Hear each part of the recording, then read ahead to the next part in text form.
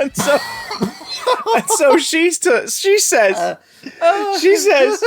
we can all at least agree that the third film is the worst. but oh, the best thing about that, it's the sixth film.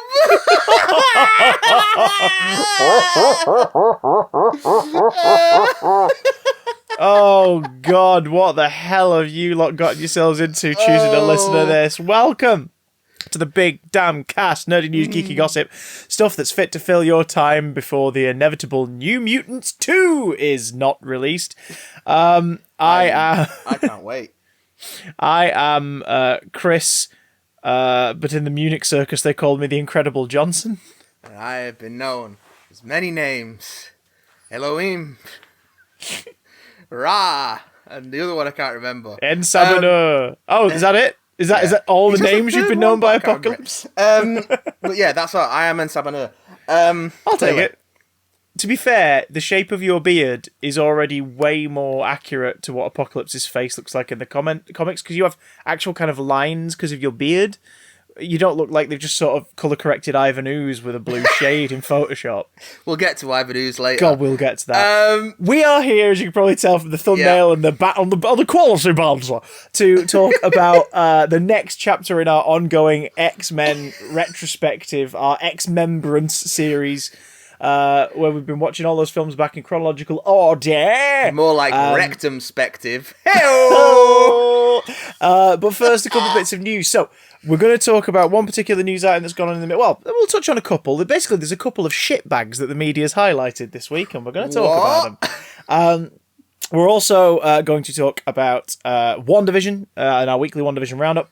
There will be spoilers, but because we're going to do it early in the episode, we'll try and keep the spoilers to not so much a minimum, but we won't dive in too much, just in case you do happen to be listening to this in the background whilst crying into the void, like we all are nowadays. So, and don't have a skip button to hand. But I'll pop a time code in the description if you want to skip past WandaVision and get straight to the X-Men. So, look out for that if you want to avoid any spoilers. And then we're going to talk about X-Men Days of Future Past, Deadpool, and X-Men Apocalypse. But first, hey Matt. Hey Chris. You know how Harry Potter fans must have felt when their sort of beliefs and suspicions were completely confirmed that J.K. Rowling was a piece of shit in the most like loud, proud, and unavoidably, obviously true way? Must have felt awful. Yeah.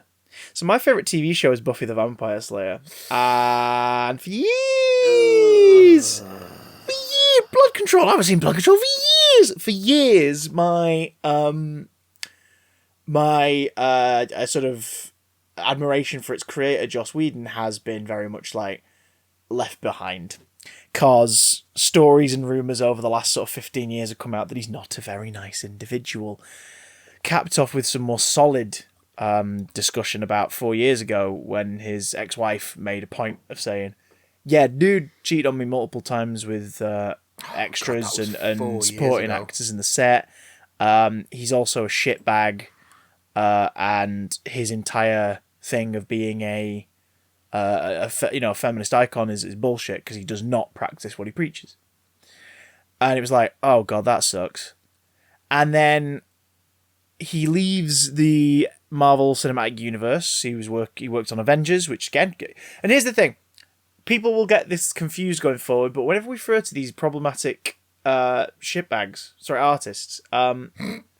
you can discuss the work that they do and acknowledge that this guy is a brilliant writer, a pretty decent director, and has been a very fun, a show, someone who created a show running format that has inspired and helped kickstart so many other shows within the sci-fi and fantasy genres since, using that as a baseline. The work he has done is great. That does not excuse the person he is. And what a person that is. And what a person that is, because he leaves the MCU, and there's rumours of creative differences, and at the same time Edgar Wright leaves the Ant-Man production. You sort of get this sense that, maybe Kevin Feige and their team are butting heads with the directors and their creative angles and stuff a bit. But then Edgar Wright's a bit more open about it and talks about how, like, no, it's just they wanted to do one thing, and they basically, we'd conceived an Ant-Man movie, and they brought it into their MCU project as the rights went back to them, and they were like, we want to work with you guys, you've been working so hard on it, like Joe Cornish and Edgar Wright have been working so hard on the screenplay for forever, and it's like, we want to work with you guys, and obviously it just didn't gel with the plan they had, so they left it, like, half of the story sort of still intact, which is why you'll see the credits. The credit for the script is Peyton Reed, and then story by Peyton Reed, Paul Rudd, Edgar Wright, and Joe Cornish, because it's an amalgam of two treatments of that film. Yeah. But Edgar Wright has since basically made the point of, like, yeah, it wasn't nice because it was my baby for 8 years, but the reason we parted is because, like, they own the rights and they had a plan, and our plan wasn't the same as their plan, and we tried to see if it could work and it didn't, so I left. And it's like, okay. So it's more of a heartbreak. It's more of a Guillermo del Toro situation of heartbreak and, oh, God.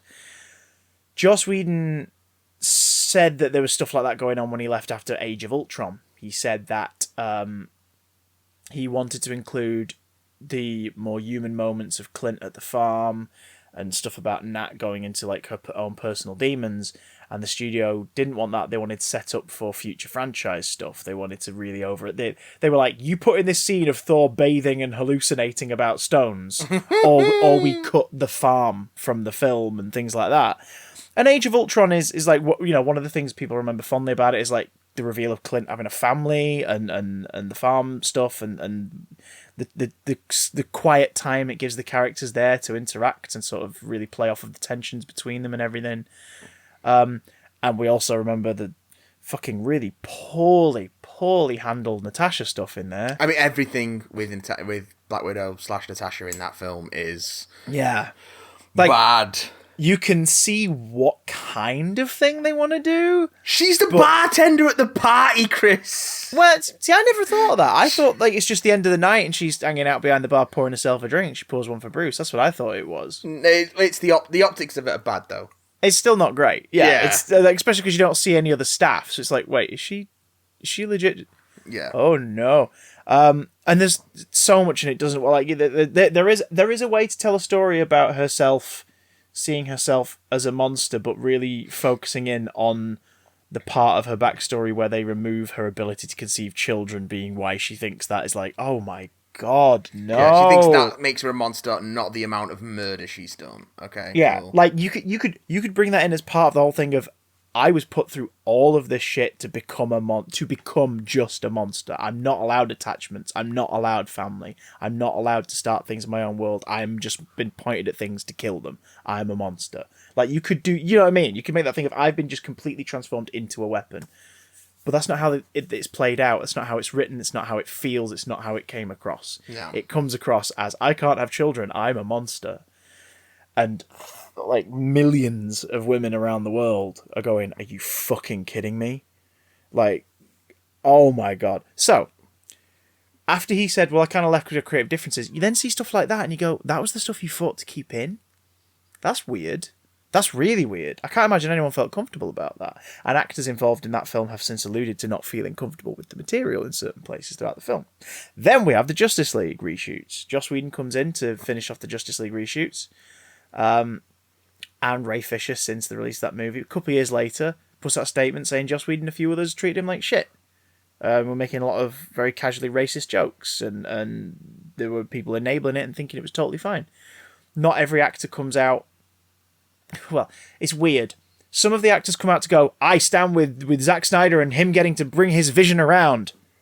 Only one other central cast member went, yeah, no, I'm forget that for a minute. I'm backing up Ray Fisher here. There was some shit on that set, and that's Jason Momoa. Jason Momoa went like, yeah, I'm standing with Ray. And he's never been an actor that's afraid to, like, rock the boat. But it does make you wonder, Henry, Ben, Gal, Ezra, you piece of shit. Like, are you gonna say anything at all? And also, there's that weird conflation of, there are people who adamantly wanted the Snyder cut of the Justice League, who have decided, because Ray says Joss is a horrible person, that's more fuel toward their fire. And it's like, no, that's not the point to be made. You're all losing sight of the fact that apparently, at the very least, verbal abuse was a regular occurrence during those reshoots, to the point where an actor is staking his career on talking about it. Yeah. Investigations opened, investigations delayed, investigation eventually gets fired back up because Ray Fisher helps stoke public, awareness of it. And then Cyborg is, for editing reasons, dropped from the upcoming Flash movie, despite it being the only other contracted film Ray Fisher was signed on for to play Cyborg after his solo film was taken away. There's no Justice League sequel currently planned. So it's like, okay, this is interesting. They're trying to silence him. And a bunch of directors and producers and writers have said, like, oh God, no, we are going to work with you. Like, we're absolutely going to work with you on stuff. Like, this is nonsense. Like, it's been so reaffirming to see that, like, after things like, for example, like last year with the BLM marches in London, and John Boyega made a very big stand during that, and like, part of it, he says, I don't even care if I don't have a career after this. This needs to be said. And so many, again, directors, producers went like, no, don't you worry. Like, we got you. It's like, we're not going to let the system bury you just because you're talking about social injustice and systemic racism. Like, we're not going to let you disappear because of that. Too fucking right. And it seems like similar things happening with Ray Fisher, which is reassuring.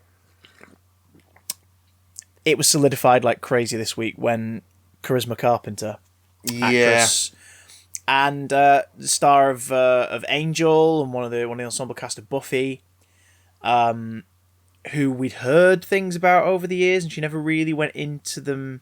It was more a case of timeline of things happening. Charisma Carpenter got kind of knew pregnant that there was during Angel. There was a shitty thing going on with when she got pregnant during Angel, and we knew that was shitty.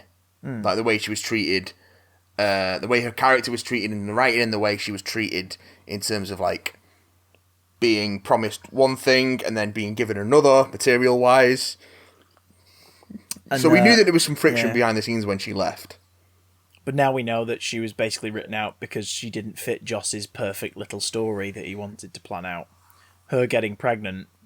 When an actor gets pregnant on a network show, boys and girls, where the production cycle is like 9 to 10 months of the year making this product, if an actor gets pregnant, then what normally happens is they'll inform the producer, they'll inform their bosses when they feel ready, and they'll let them know, because it's courtesy with the employers for them to be like, oh, yeah, shit, okay, so we either need to write this in, or we need to shoot around it, or maybe we time your leave at a certain time and write the character out for a bit, and then we'll get you back in at this time. Or maybe if they organically go, maybe we'll just call it a day. Let's wrap up the character's arc here. Or, they work together to either continue the employment, wrap up the employment, or figure out where the break is for them to go be heavily pregnant, go give birth, and be on maternity leave. What's that, Gillian? You're pregnant? All right, Scully's just going to get abducted for a few episodes.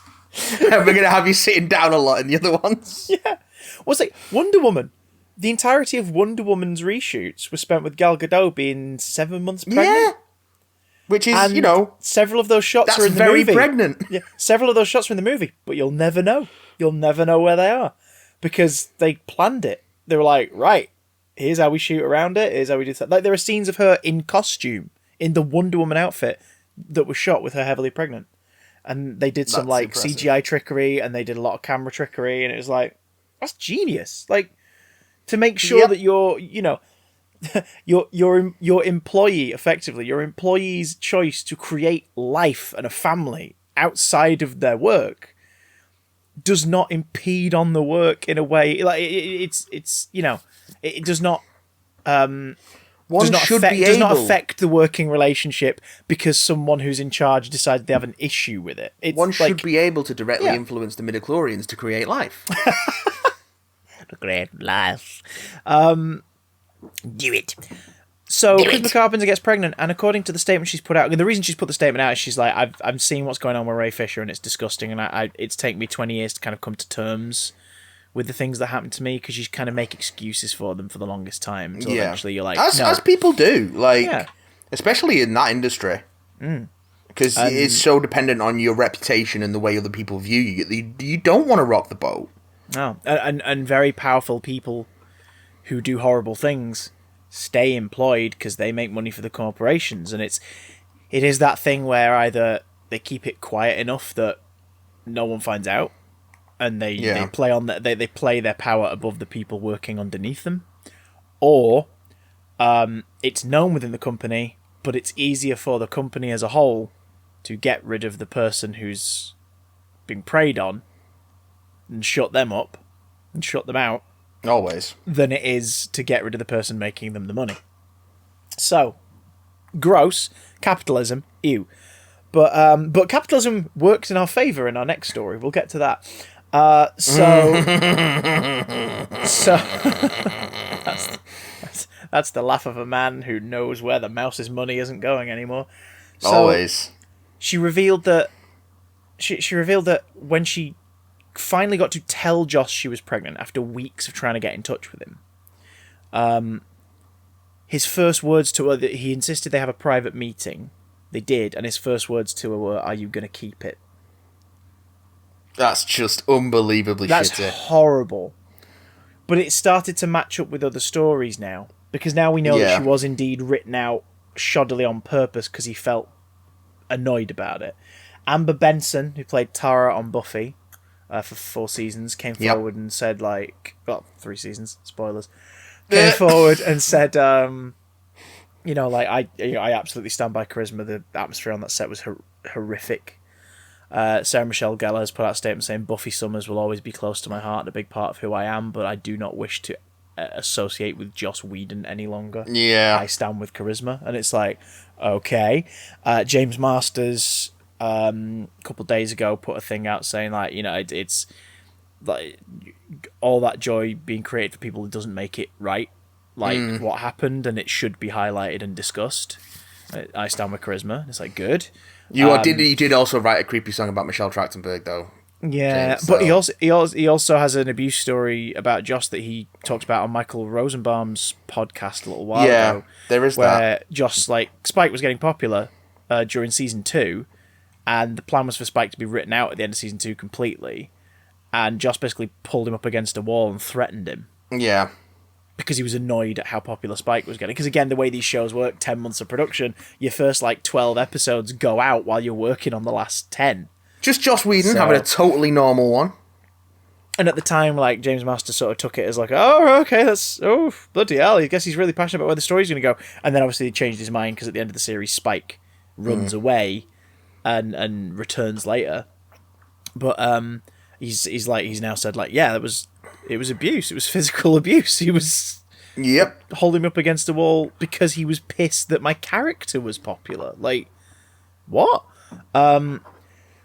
Anthony Stewart Head was on This Morning the other day, and he talked about it, and he said he was the first male cast member to make a statement about it. The way it was being framed a lot was, why have none of the male cast members spoken out? Yeah. But really, it wasn't why have none of the male cast members spoken out. It was, why have only the victims spoken out so far? Yeah.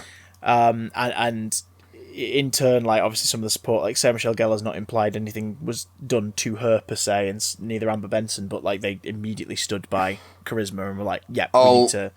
Although Michelle Trachtenberg did also show solidarity with Charisma Carpenter and revealed that there was a rule on the set that she was not to be left alone with Joss Whedon. What, Michelle? Yeah. Implying that there was something else that might have gone on, but that's all she'll say about it. Oh, well, I guess for the sake of legality, you can only say a certain amount at this point. Keeping in mind, folks, that when she started on the show, she was 15 years of age. There was a rule on set that she was not allowed to be alone with Joss. Fuck. Oh, God. Anthony Head. What? Anthony Fuck. Yeah, Anthony Head has said he wasn't aware there was stuff going on, but this is... I'm paraphrasing. He says, I wasn't aware there was stuff going on, but this is not me saying I didn't see anything, so can't have been real. I absolutely believe charisma, and it speaks volumes that to the levels of respect and whatnot that were being given, that he, the elder statesman of the cast, the white guy, the white straight elder guy, was being kept unaware of it. Yep. Almost like if he'd have found out, he would have kicked up a stink about it, or they were playing more to him oh, it's fine, it's all right, it's just that. He says he's the word he used was he was gutted. Like, he's absolutely gutted that he also didn't.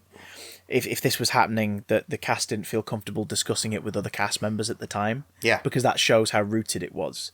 And he said, like, I've reached out to as many of my friends from the show and said, like, if you need me to fight your corner, if you need me to help corroborate stuff, let me know. And it's like, oh, yay. Once again, Giles is not a scumbag. I think Anthony Stewart Head has shown time and time again that he's a good one. He's a good guy. People asking, where's Nick Brendan? Probably still on parole. Yeah, God knows. Nick Brendan has not had a good time of things since leaving Buffy. It also depends on how long they were around the set and stuff. It's not like every cast member has to come out, because not every cast member would have dealt directly with Joss per se. Yeah. But I do kind of, for the sake of my own sanity, it's like, Seth Green, can you say something soon, please? Alison Hannigan hasn't said anything. Alison Hannigan, yeah.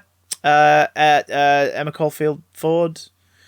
Yeah, of course. It's like, come on, guys, just say something, because I know some other cast members have suggested over the years as well. That it was not a good plan. I mean, David Boreanaz, dude, he's wiped his Instagram. David Boreanaz. Yeah. Do you think that's him going like, I can't deal with all this, or just not wanting to engage with it? That's upsetting. At all. A simple statement. I mean, it's what Sarah Michelle Gellar's done. Just put a simple statement out, statement of intent on an Instagram story post. Like, here's where I feel, and that's that's worrying. It is. It is worrying. Oh, that's really worrying. Like, is it still there? Is the account still there? I think so. I believe he's. I'll have a quick look. Sorry, I'll get it. I believe he's just wiped it. Yeah, because the timing is. Because I think people were bombarding him, being like, "When are you going to talk about it? When are you going to talk about it, David?" And yeah, he's just. Yeah, he's got he's got a promo for the next series of SEAL Team. SEAL Team, and that's it. Yeah, that's interesting. Oh dear. Okay. I mean, it could just be that, like, he himself underwent trauma on the set, and he's not ready to talk, and it's just a bit much in one go. Yeah, I just like not wanting to get involved. It's upsetting that might be the better reason for this. Yeah, because that still means that he suffered abuse on the set, but like, oh god, it's not great. I've just realised something. Alison Hannigan's husband is Alexis Desinoff. Who's been a collaborator with Joss on a lot of stuff, like the Avengers and his Much Ado, and oh no, god damn it. Okay, well, long story short, Buffy the Vampire Slayer is still probably going to be my favourite TV show, but probably one I won't revisit as often. It's one of those things you have to go back to. It's going to be a while. Yeah, it does. I mean, my view of Joss Whedon's entire oeuvre at this point is sort of tainted by the knowledge that he's a massive prick.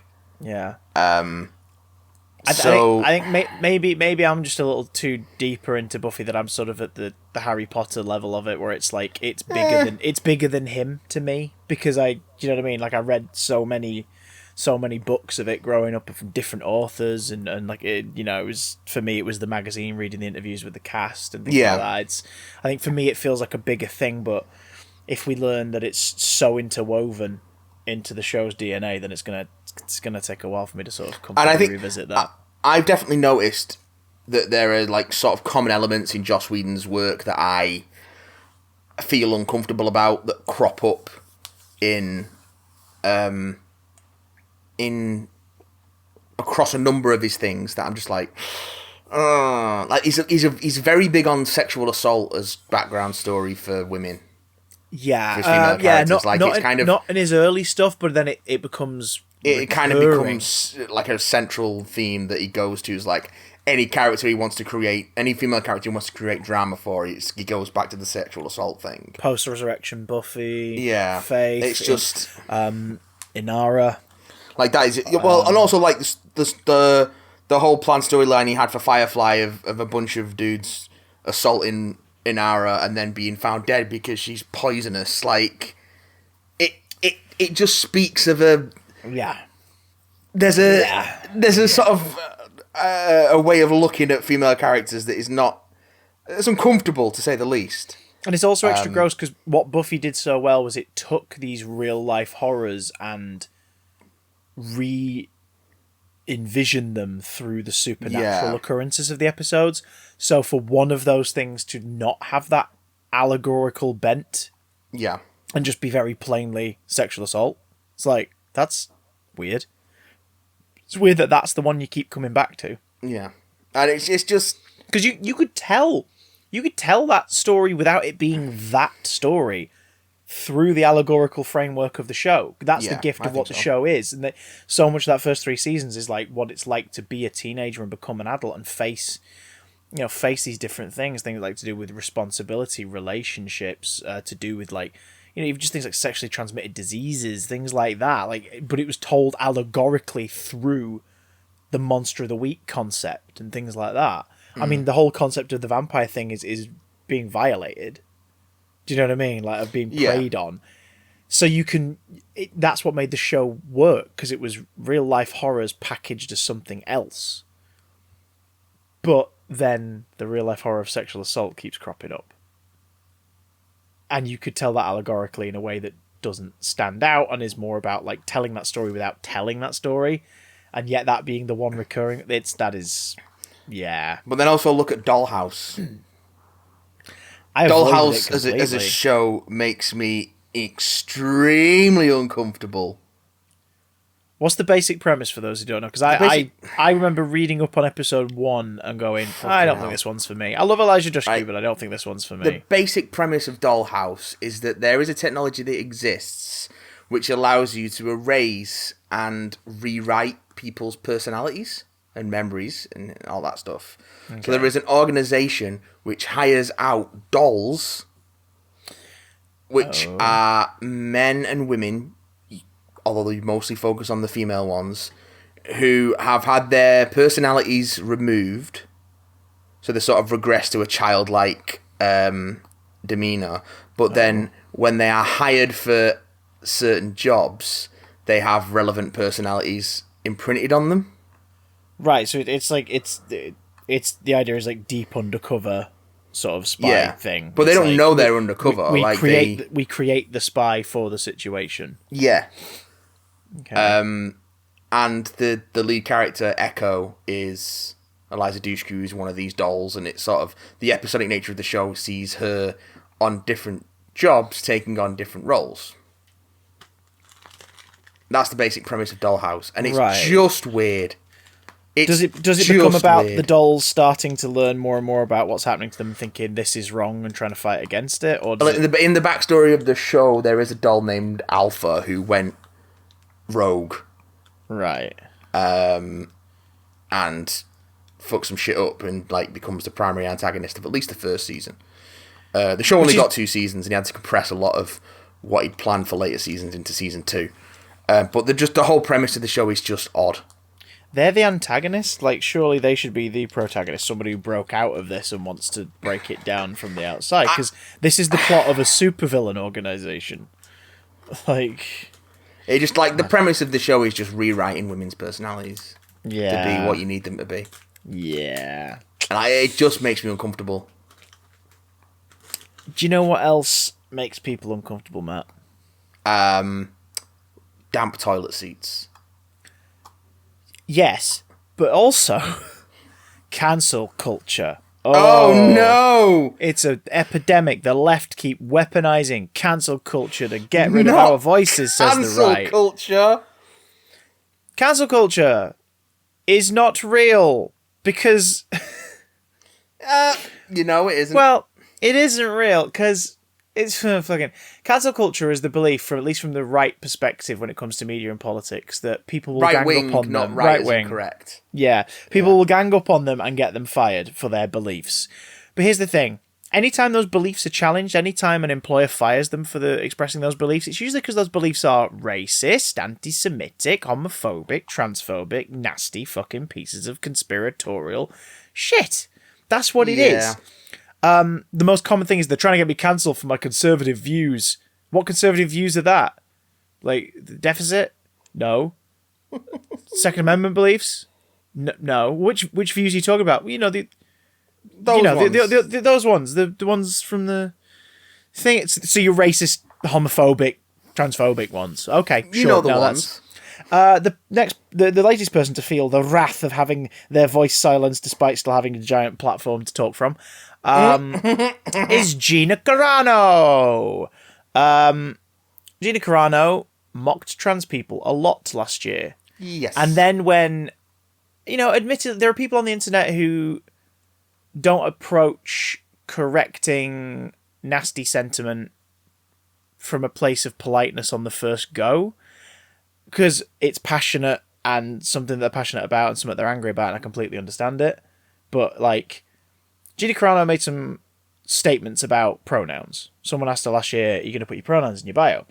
Which is just sort of seen as, courtesy nowadays. Like, it's seen as sort of a courtesy to do so, because you're essentially going, hey, I myself, like in my case, I've put them in my bios on my sites, and I'm like, I'm not a trans individual, but if I normalize putting he, him in a bio, then, trans brothers and sisters will see that and go like, oh, thank you. Case in thanks point, for that.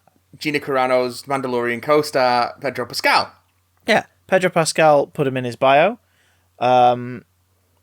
His sister, I think she said last year she was gender fluid, and then she came out as trans in the last couple of weeks. And Pedro Pascal's reaction apparently was, oh my god, that's amazing. And he's been super supportive of her, and that's brilliant. Gina Carano was asked about it last year, and she sort of made jokes about it, and then eventually gave in, unquote, and wrote, like, her pronouns were beep, boop, bleep, or something. Oh, for fuck's sake. Oh!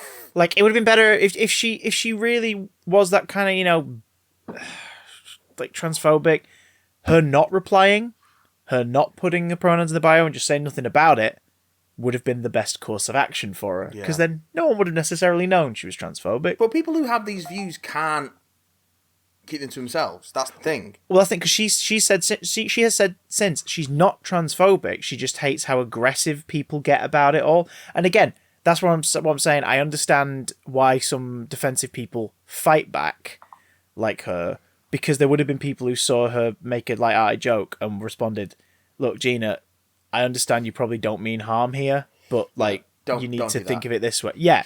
And then there'll be others who'll be like, "Fuck you fucking change him, you piece of shit." Right away. So when you do that to someone who's defensive or aggressively reactionary like she is, she's going to react more with, "No, fuck you," instead. And that's what she did.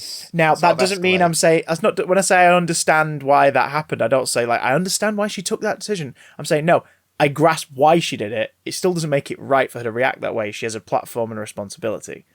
It also, guys, if you ever immediately respond aggressively to someone outright, maybe don't. Like, before you hit send, peel it back, reread, see if you can do it more politely. If they keep being a piece of shit, feel free to be like, right, well, fuck you then, and end the conversation. But, because 9 times out of 10, you're just poking a transphobic bear. At the same time, I, as a cis white guy, don't necessarily have the same passion or anger possibly having built up in me over decades of people denying my existence. So, if I'm in the wrong saying maybe approach it calmly first time, tell me so, but please do it calmly. But you know what I mean? It's like they poked a bear, and she suddenly decided that every trans person on the internet was like the ones who immediately yelled back rather than tried to talk her through things. Well, this is the thing, though. I always find it hard to sort of get disapproving of people who are angry when they are from groups that have been marginalised. It's like people who are like, oh, you shouldn't... Like people who are criticising the Black Lives Matter protests for being too, quote-unquote, violent. I'm like, well, what the fuck do you expect? When you treat people like that, they are going to push back. But this is something Gina Carano, someone in her late 30s, should know. Now, she should know that when people react, take a breath, read the responses, and if you agree, disagree, or, whatever, make your response after that. Yeah. But she doesn't. These people never do. So we know she's transphobic. In the lead up to Christmas, she started posting a shitload of anti-mask stuff and conspiracy theories around the vaccine for coronavirus. So, again, very, very irresponsible for a platform of her size to do that. And then last week, she makes an Instagram story post comparing people criticising her conservative views to being a Jewish person in the Second World War being ratted out by other Jewish people in exchange for favoritism with the Third Reich. And she was basically saying, like, it's like being a victim of the Holocaust, saying your conservative opinions, because people just have a go at you all the time and make you feel scared and pressured and frightened. It's like, did you seriously just equate responses to you making a fucking tweet with being a victim of the Holocaust? I think that's exactly what she did. And that's why she's been fired from The Mandalorian and Lucasfilm entirely. Well, you say fired, but I think we've actually got a similar situation to other famous transphobe who was complaining about being fired for their transphobic views, Maya Forstarter, who was a researcher whose contract was not renewed by her employer. But the similarity being very public statement from the companies that had employed them to say, we're no longer working with this person. This person is not contracted with us, and we have no plans to work with them in the future. Because here's the thing. Gina, apparently, and the only source of this so far of this recording is John Campnier. Yeah. Somebody told him from the Disney side of things that Gina's reps, so her not necessarily her agent, but her management for publicity and everything. Yeah. And someone from Disney Lucasfilm had a sit-down meeting with her in November, because apparently in California people still gather from different households, even if they're masked, but it's like, please stop. But they had a sit-down meeting with her to say, stop posting shit like this on social media. Because every time she did something controversial or upsetting or just genuinely harmful, and it gets reported on, it's reported on as Mandalorian star Gina Carano says this. So it reflects badly back on the product. That's one of the responsibilities of being part of a big thing. While I was with CBBC, for example, you didn't catch me posting like aggressively nasty content in any way. You had a very clean Twitter. Yeah, like, you know, occasionally it'd be like a swear word to get through, but I'd be very mindful because, you know, it's you're still kind of representing that organisation to a point, even when you're not. Nowadays, not give as much of a shit. So, Gina is part of the Disney family, or was part of the Disney family. So every time she'd get mentioned in the news, they would refer to the Disney product that she's currently a part of. Yeah. Of course they would. So the reason why she's been dropped, let's face it, it's possible that there are people within Disney who are like, oh my god, I can't fucking believe she's this much of a piece of shit. We're looking for a reason to get rid of her. Yeah. Because we can't just drop her, apparently. Ultimately, what got her fired was capitalism. Because her doing what she does will damage Disney's and Lucasfilm's bottom line. Like, it will harm them. So they got rid of her. So she stops dragging the Mandalorian's name through the mud. Yeah.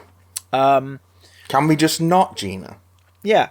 So, naturally, the far right have latched on. The same far right that complained that she was a feminist piece of propaganda, SJW propaganda, when she first appeared in The Mandalorian. So they're like, they won't allow women to be pretty or beautiful. They have to be big, strong, masculine. Like, shit you not, Ben Shapiro said stuff like that.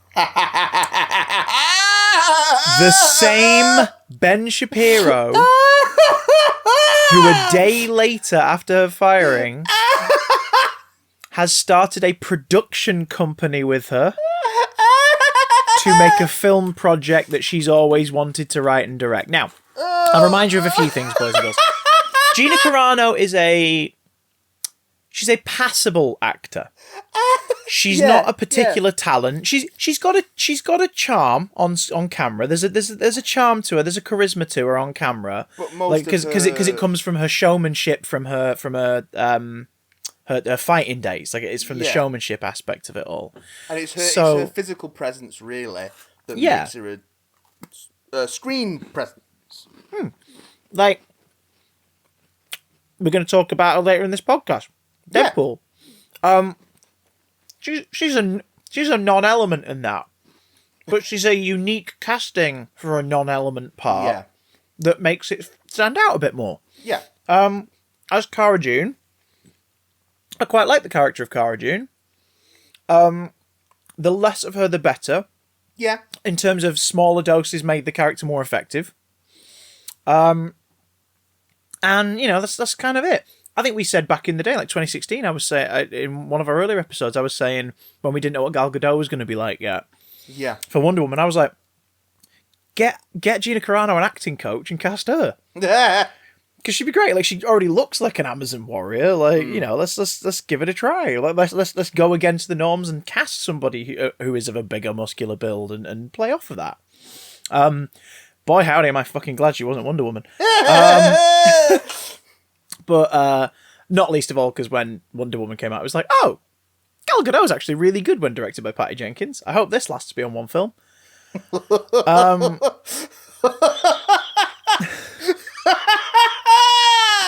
Did not care for 1984 or her performance. Anyway, hindsight's a real fucker, isn't it? It is. But so she's teaming up with Ben Shapiro to make a film. She says that the fight against cancel culture is just beginning. Oh, which is creepy because hang on, let's examine that.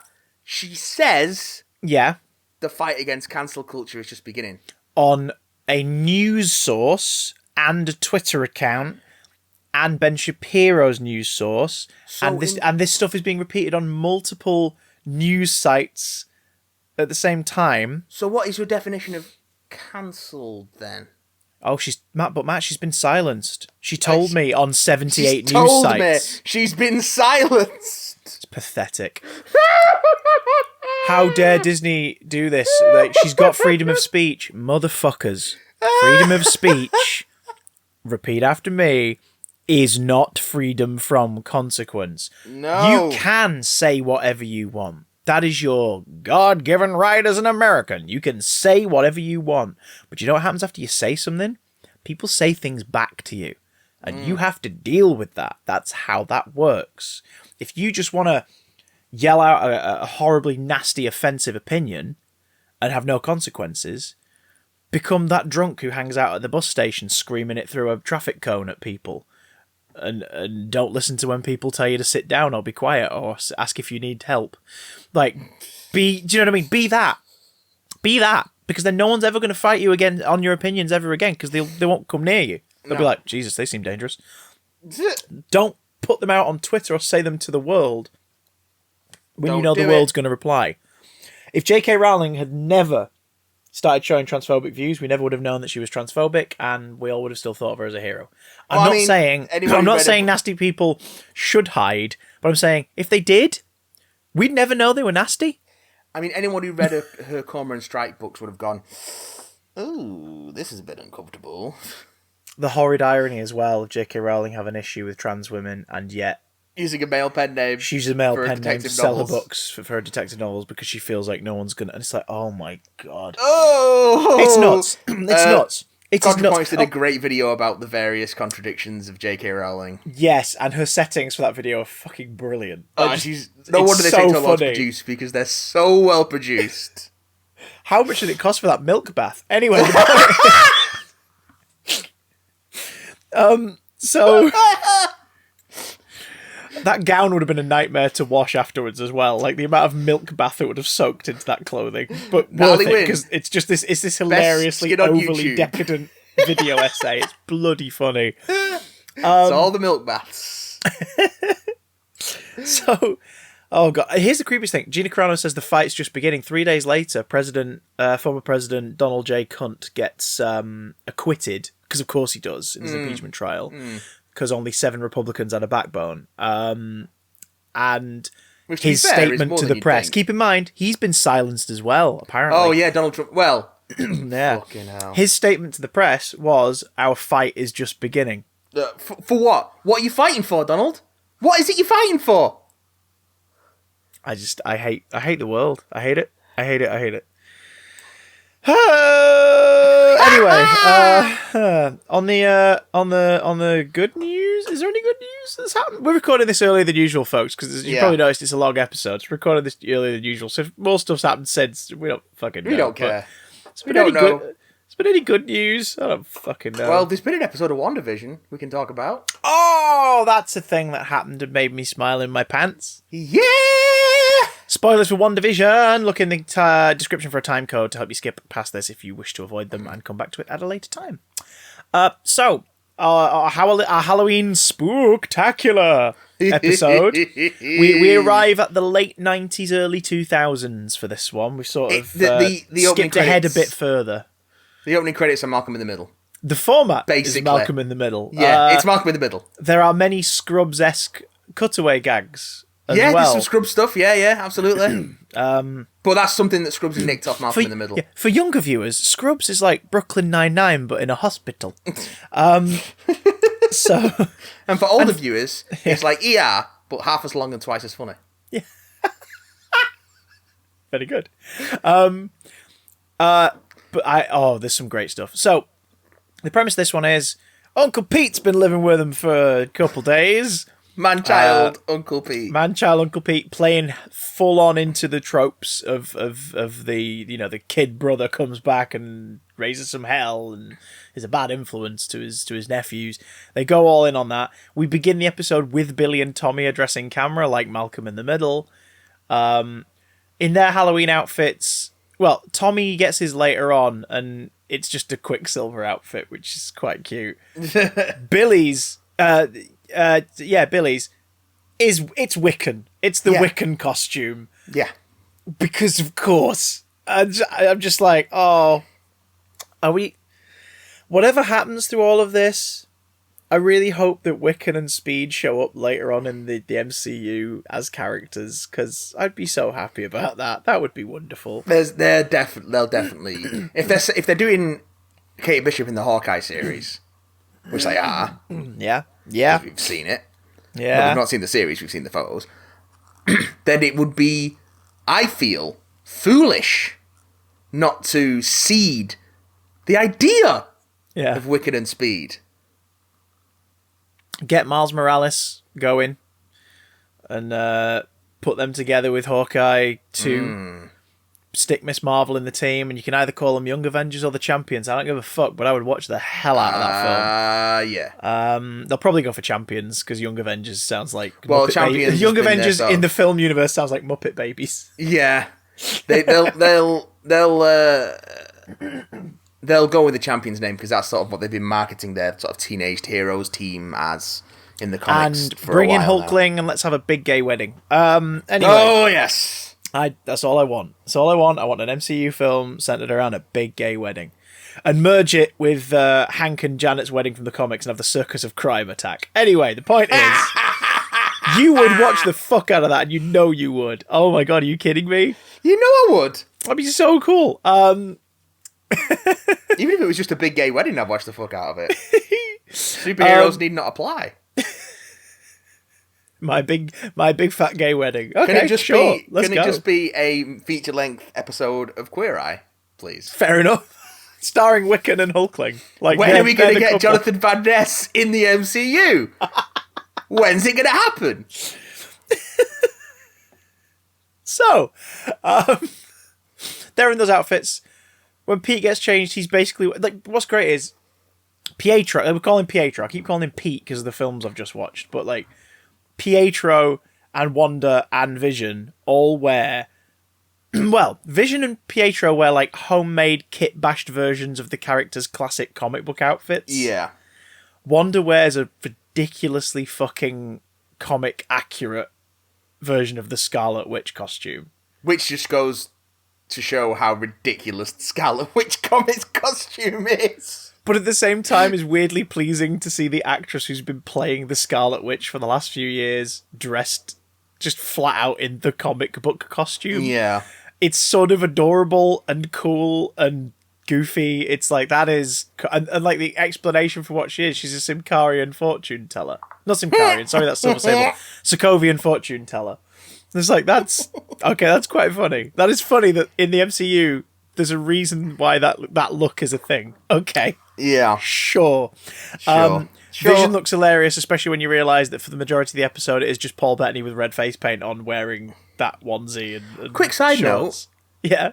I found out the other day that because complete with little foil Mind Stone just sort of flopping around on his forehead. Sorry. For the episodes that they filmed in black and white, they had to paint in blue.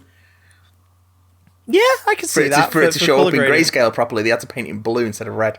I see that. That makes sense. That's a neat bit of trivia. Just a neat bit of stuff. A little bit of something. And I love the fact that Wanda picked out the costume for him because she apparently has a thing for Mexican wrestlers. It's like, what? Okay. Because that explains why he's got the big... Because obviously Vision in the comics is that the yellow sort of shorts of the costume are kind of like quite high up on the waist, and in this it's depicted by him wearing like oversized swimming shorts, like rolled up to his ribs. And it's just like, that's quite funny. And Pietro's costume, fucking hell. Complete with the old school Brotherhood of Evil Mutants, like Wolverine-esque spiky hair. Like, God, that's... all it was missing was just that one random flick of it down the middle of his forehead that they used to sometimes draw in. Like post Kirby, everyone would always draw like that one sort of like a spit curl that's been straightened out, like down his face. That was phenomenal. So is post Kirby like a Post Malone tribute act? Maybe inside. So we learn that Pietro's sort of slightly more aware of everything than anyone else. Like, he's aware that Wanda's controlling stuff, and she doesn't seem to be annoyed by that because she's got someone to talk to finally, about it all, who sort of gets it and isn't judging her for it. And she asks him. Speaking of Buffy, the set that they're shooting on is one that was often used for Sunnydale, and I only realised when they were leaving the movie theatre, and I was like, the magic box is round that corner. That's the place where they get milkshakes. It was really weirding me out. I was just looking at it. I was going, shit. Oh yeah, they use this set a lot in Buffy. So whichever that backlot is, there we go. But also the movie theatre, the two films they were watching, which is where the 90s, 2000s blurred into each other a bit. Yes, was The Parent Trap, film about twins and switching places and all that stuff. Obviously the kids and them being twins. And The Incredibles, about a superpowered family. So that was kind of neat. Yeah, like there's because there's a whole thing of like, there's kids here of trick or treat, and he questions her. He says like, so where have you been hiding the kids? Because there's not been any kids here, right, up to this point, apart from your own. Like, what are these mind control kids as well, or did you make them? And Wanda's like, She sort of doesn't quite know. Because it is sort of disturbing, the idea that that's the interesting thing that they keep going back to, is that she doesn't... She's doing this, but she doesn't necessarily know how it works. Or how it started. Because she says to him as well, it's like, what do you remember? And he's like, I remember getting shot and then knocking on your door. And it's just like, oh. Okay. And we get sort of a brief vision of what he... kind of like a Halloween costume version of how Pietro last looked when we saw him. Evan Peters playing him, but he's like, his skin's all greyed out and he's got like sort of very Halloween makeup bullet wounds and stuff. And it's like, oh, okay, that's weird. Yep. I don't think he's necessarily there. I think the Evan Peters casting is a bit of fan service. At this point, I think it's a bit of fan service. Yeah. And he is part of whatever the entity is, or maybe even is whatever the villain is. I'm still not saying my Agnes theory is moot, cause the side plot of this is Vision goes for a walk away from Wanda. And I think it was, who was it who pointed it out online? I think it might have been Tony Goldmark online, some joke with the camera.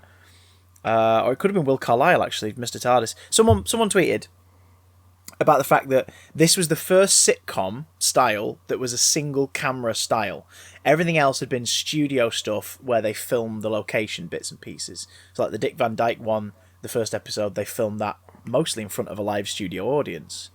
As the episode says. Yeah, and the second episode there's studio stuff, but there's also location stuff like shooting by the pool and whatnot. And then each episode has sets, like the kitchen is the same kitchen and it shifts slightly. The living room changes based on the decor styles of the decade. Vision's office is the same, but obviously with the different colour scheme and technology of the era. Like, it's like the show is on set. I mean, their driveway in the third episode, like, the trees, a big painted background and everything. Like, it's all it's sets. really nice, that. I like that. Except for when it's location shots, like them going out into the street. And it always corresponds with how it would do in that era of the show being made. Yeah. We're now in the Malcolm in the Middle format. It's a single camera sitcom, and it's not shot in front of a studio audience. It doesn't necessarily have a laugh track, unless they show it to an audience after the fact and get it recorded. Meaning that for the first time ever, we don't just see Vision in the scenes that we're expecting to see him in. Yes. He walks away, and it implies that because it's single camera, if they were watching at S.W.O.R.D., they wouldn't necessarily be seeing the Vision stuff anymore. No. Because the single camera focus is on Wanda and Pietro. And all the background artists are acting accordingly. Including that, as he's walking further down the neighbourhood, that woman hanging up the laundry and is sort of stuck in a repeated motion. And you can see the tears pouring out of her eyes. Yet her face is just blank. Horrifying! It's really scary. It's like, good God. And then as you get further out, they're just not moving at all. Yeah, like, they're alive, but not doing anything. Vision even, like, shimmers down and looks like himself, and no one moves or bats an eyelid. Until he finds Agnes outside a town, frozen in a witch's hat, Agatha Harkness, and he wakes her up, and she's like, "Oh my God, it's you! You're an Avenger! Like, I don't know what's happening. What am I doing? What am I doing here?" And he's like, "It's okay." She's like, "Am I?" He doesn't know what an Avenger is because he doesn't remember anything before this. Nope. So what's an Avenger? And she's like, "Oh my God, am I dead?" He's like, "No. Why would you say that?" She's like, "Because you are." And then it's like, "Oh, okay." I still think that Agnes is involved somehow. But I like the idea that she basically, she drove out of town a little bit because she thought it was the way to the town square, even though she already knows the way to the town square, apparently. And the further she got out, the less she moved and eventually just stalled because the car engine's still running. But because she's not in shot of the single camera sitcom, she's not needed. It's very odd. So spooky. And then Vision does what we thought he was going to do. He goes to breach the hex. He notices the wall at the edge of town and he goes to leave. Meanwhile, Billy and Tommy are developing superpowers. Yep. And Billy's got sort of like a psychic connection. You can see that Vision's left and is in pain because it's like the hex is trying to pull him back in. Mm-hmm. And the longer he stays out of it, he's going to crumble to dust and die. Yeah, that was a really neat effect. They Tommy spent some fucking money on this, man. Having watched the trailer for Falcon the Winter Soldier, I'm like, I think maybe this might be the cheapest of the shows. But that means that where they've spent the money, they've spent it right. Like, they know where to focus it. It's the Game of Thrones thing. The dragons look fucking phenomenal, and you know that they're a third of the series budget, basically, to get that stuff right. So they have to plan where they spend that money. And here, him crumbling apart was terrifying. And Tommy develops super speed, so he dresses as a mini version of his Uncle Pietro, which is kind of funny. Love it. So Wanda knows that something's going wrong, so she expands the hex, essentially to entrap Vision again and save his life. Because the longer he's out there, it looks like he's gonna die or go back to being dead. Reassert her control, yeah. Monica and Jimmy, they're planning to go back in, aren't they? But they're going to try and infiltrate it. Monica and Jimmy are planning to go back in, but Darcy warns Monica she gets into the computer system because they get kicked off the base. Yeah. For basically being in the right. Yeah, because what's his name? Hayward. Yeah. Is it Hayward? Yeah. Well. He's a prick, basically. And he's being a dick to everyone. And So they get escorted off the base, but then Jimmy Woo and Monica just be badasses and stay on the base. Darcy hacks into the computer systems, realizes that they're tracking Vision. Yes. They're tracking Vision's corpse. Yeah. And confirming that he is indeed a cadaver walking. Yes.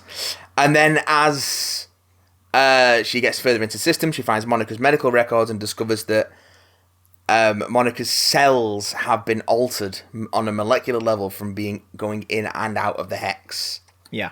And they don't know what's going to happen. It's how they're going to give Monica her photon powers. But meanwhile, Monica's got the contact, her aerospace engineer contact, who's going to give them some kind of thing that will allow them to get into the hex without being altered. Mm-hmm. So they go off to meet them, which is how they manage to stay out of the expanding hex. Darcy's not so lucky. Oh, I can't wait to see where this goes. So Darcy's handcuffed by one of the sword grunts to a jeep, and as the hex expands, that grunt panics and leaves her there. So she sort of basically braces herself to become like mind controlled and part of the hex. And another curse cut short from Darcy. Yes, an F-bomb getting cut off. Fuck! But I love it.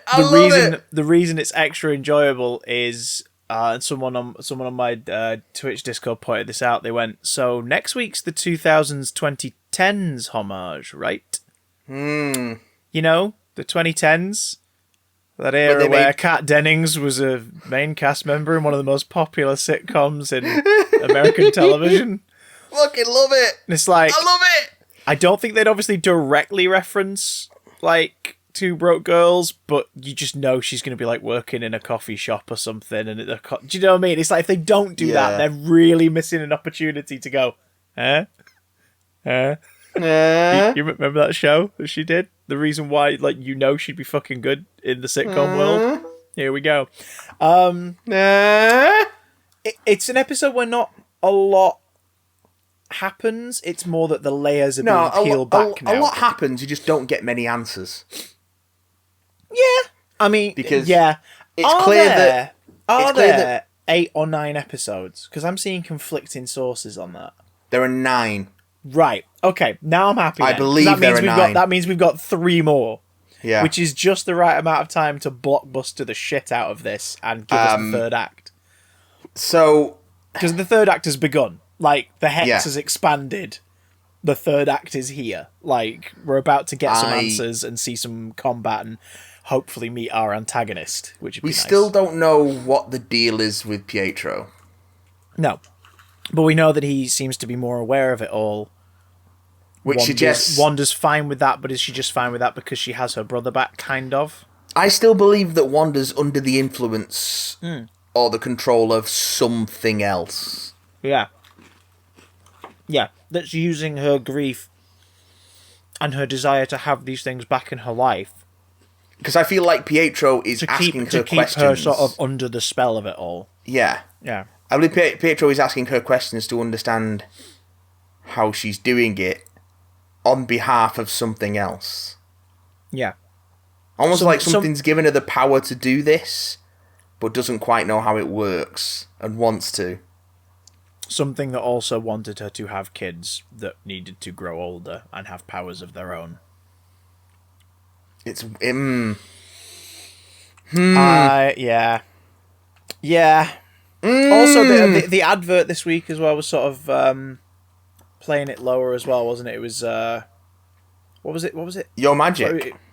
Yes. So basically, it was like use your magic to set things right, to feed yourself your magic. That was grim. Yeah, that was like the first time the advert really went sort of like the advert went disturbing as well. It was like, oh, like does it imply that something is feeding off her? Maybe. Maybe. Or she'll be stuck there till she dies.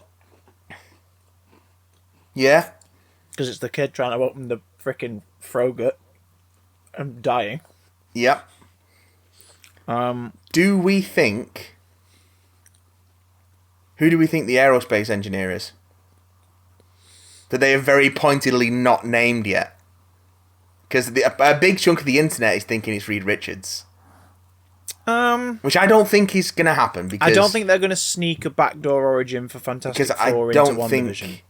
Not even an origin for Fantastic Four, but like an early bird cameo for Reed. Because I don't think that... Unless it's a post-credits scene to the series and it's not important to the main plot of the series itself by the end of it, but then in the post-credits, they're like... Well, no, because they're going to meet this person now. Next episode, they will meet this person. So what's their job again? They're an aerospace engineer. Maybe it's no one. Maybe it's just a fake out. But maybe it could be Rhodey. He's not an engineer. Could be now. No, he's not an engineer. This could be a tag to set up Armor Wars. He's not an engineer. All right.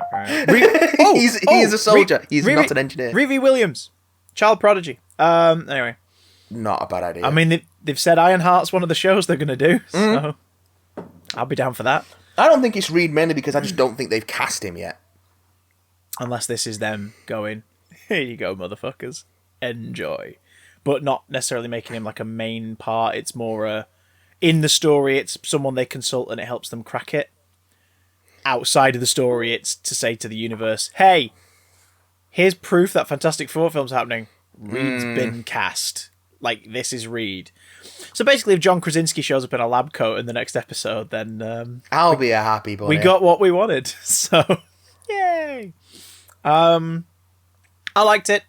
It was great. The show's been great so far. Roll on the next 3. Holy shit. Yeah. It continues to be great to the surprise of no one. And then, since there's 3 more, that means there'll be a week gap. And then Falcon and the Winter Soldier. So, yes. Yes, I think please. they're supposed to be 9. I'm not sure. Again, like you, I've seen conflicting reports. But 9's the number I've had in my head. 9. That's the magic number. Yes, it is. Should we talk about magic numbers? Before we talk about magic numbers... I'm going to eat another biscuit. Go on. I need to get another beer.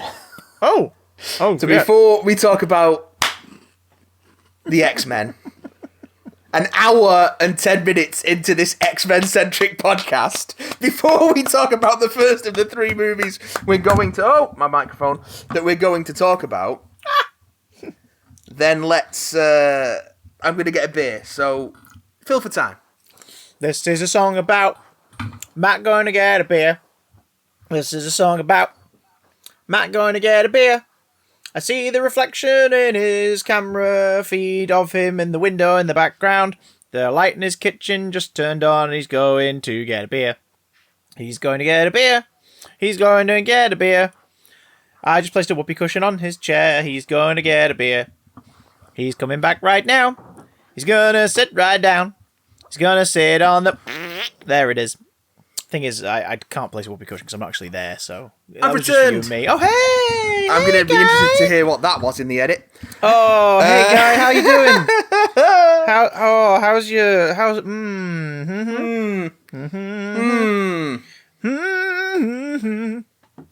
Anywho. So, let's go. 3's a magic number, boy. Let's go to 2013? 14. 2014. Yeah, when we thought we all knew better. And let's talk about X-Men, Days of Future Past. Not to be confused with the comic book Days of Future Past, which is an X-Men comic book. Indeed, the comic book Days of Future Present. No! Or indeed the comic book Years of Future Past. Oh, God. Days of Future Present is an X-Men Fantastic Four crossover they did in the annuals, and it's terrible. Long story short, there's an X-Men comic book from way back when. Yeah. Storyline called Days of Future Past, which is it's only like 2 issues long. Yeah, and it's like Kitty Pryde, her consciousness is sent back into a younger self from the future to stop like an assassination that is going to spark off an anti-mutant regime in the future that kills all the mutants, basically. Yeah. And we only spend a bit of time in the future timeline where everything's gone to shit. Yeah. We mostly spend it in the present day. But it captured everyone's imagination so much that it's one of those X-Men stories that stuck around. It stood the test of time. Yeah. You know, it's your God loves man kills. It's that kind of like, oh, this is amazing. Like this. Well, it's like slap bang in the middle of Claremont's like an incredible run on X-Men. It is, like I say, it's only 2 issues long. It's a cool concept. They use the characters really well. It's got that iconic front cover of a wall of. It's got 2 mutant iconic faces. front covers. Oh yeah, but the one I always zero in on is that one with the wall of faces, and you've got like executed, like missing, and all these faces crossed out, and it's you've got Kitty Wolverine Pryde, and Kitty in old front of it. Wolverine. Yeah, like oh shit, something's clearly approaching them to eradicate them. And then the next issue is old Wolverine getting blasted by a Sentinel with the text. This issue, everyone dies. Yeah, which is great. The film does something similar. It's it follows on from the post-credit scene, the mid-credit scene of the Wolverine. Yep. Where a now alive Xavier and Magneto recruit Wolverine because like their extinction is coming. And you're like, oh shit. The present day given to us at the start of the film is at least another 20 years in the future, possibly. Yeah. Although how people age becomes very fucking complicated in the X-Men franchise. We'll talk about that in Apocalypse. So, is it explained how Xavier came back to life? Nope. Is there any acknowledgement of anything that's happened in the time since? No. Nope. Except that the Sentinels. We finally get them, Matt. One of the most iconic X-Men arch enemies of all time. The robotic Sentinels, mutant hunting killer machines. My favourite. That are these like 5-story tall purple robots that shoot laser beams out their hands and have weird tendrils in their wrists and have these blank automaton like horror nightmare robot.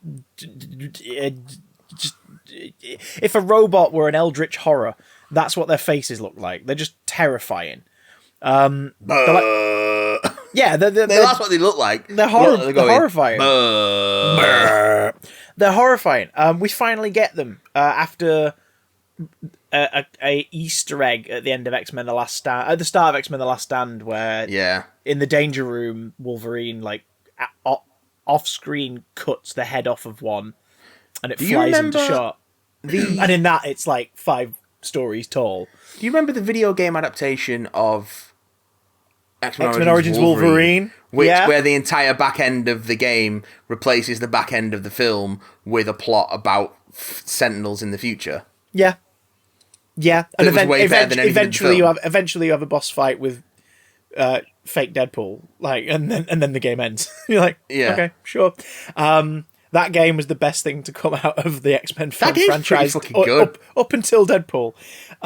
It's great. X-Men Origins Wolverine, a 12A movie that's a pile of shit. X-Men Origins Wolverine, the video game, is an 18 certificate violent slugfest. Yeah. That sort of adapts the story of the film, has Hugh Jackman and Liev Schreiber playing their parts in it, and has like 3 other interwoven storylines set across like 50 years worth of the character's life. And it's like, you can play as him in the the black and grey X-Force costume. And yes, you can. And just like X-Men 2 Wolverine's Revenge for the PS2, one of the buttons pops your claws, which is just so satisfying. Like, there's no need for that. There's no need to have a button to pop the claws, because they could just come out for when you're doing your attacks. But there is something satisfying about hitting R2 and on screen him just going, snicked, and out they come. If you have it as a mechanic in a game where you can melee knock out people or kill them and have that tie into some sort of morality meter, that's a good idea for a Wolverine game. Well, there you go. I'll have to patent it now.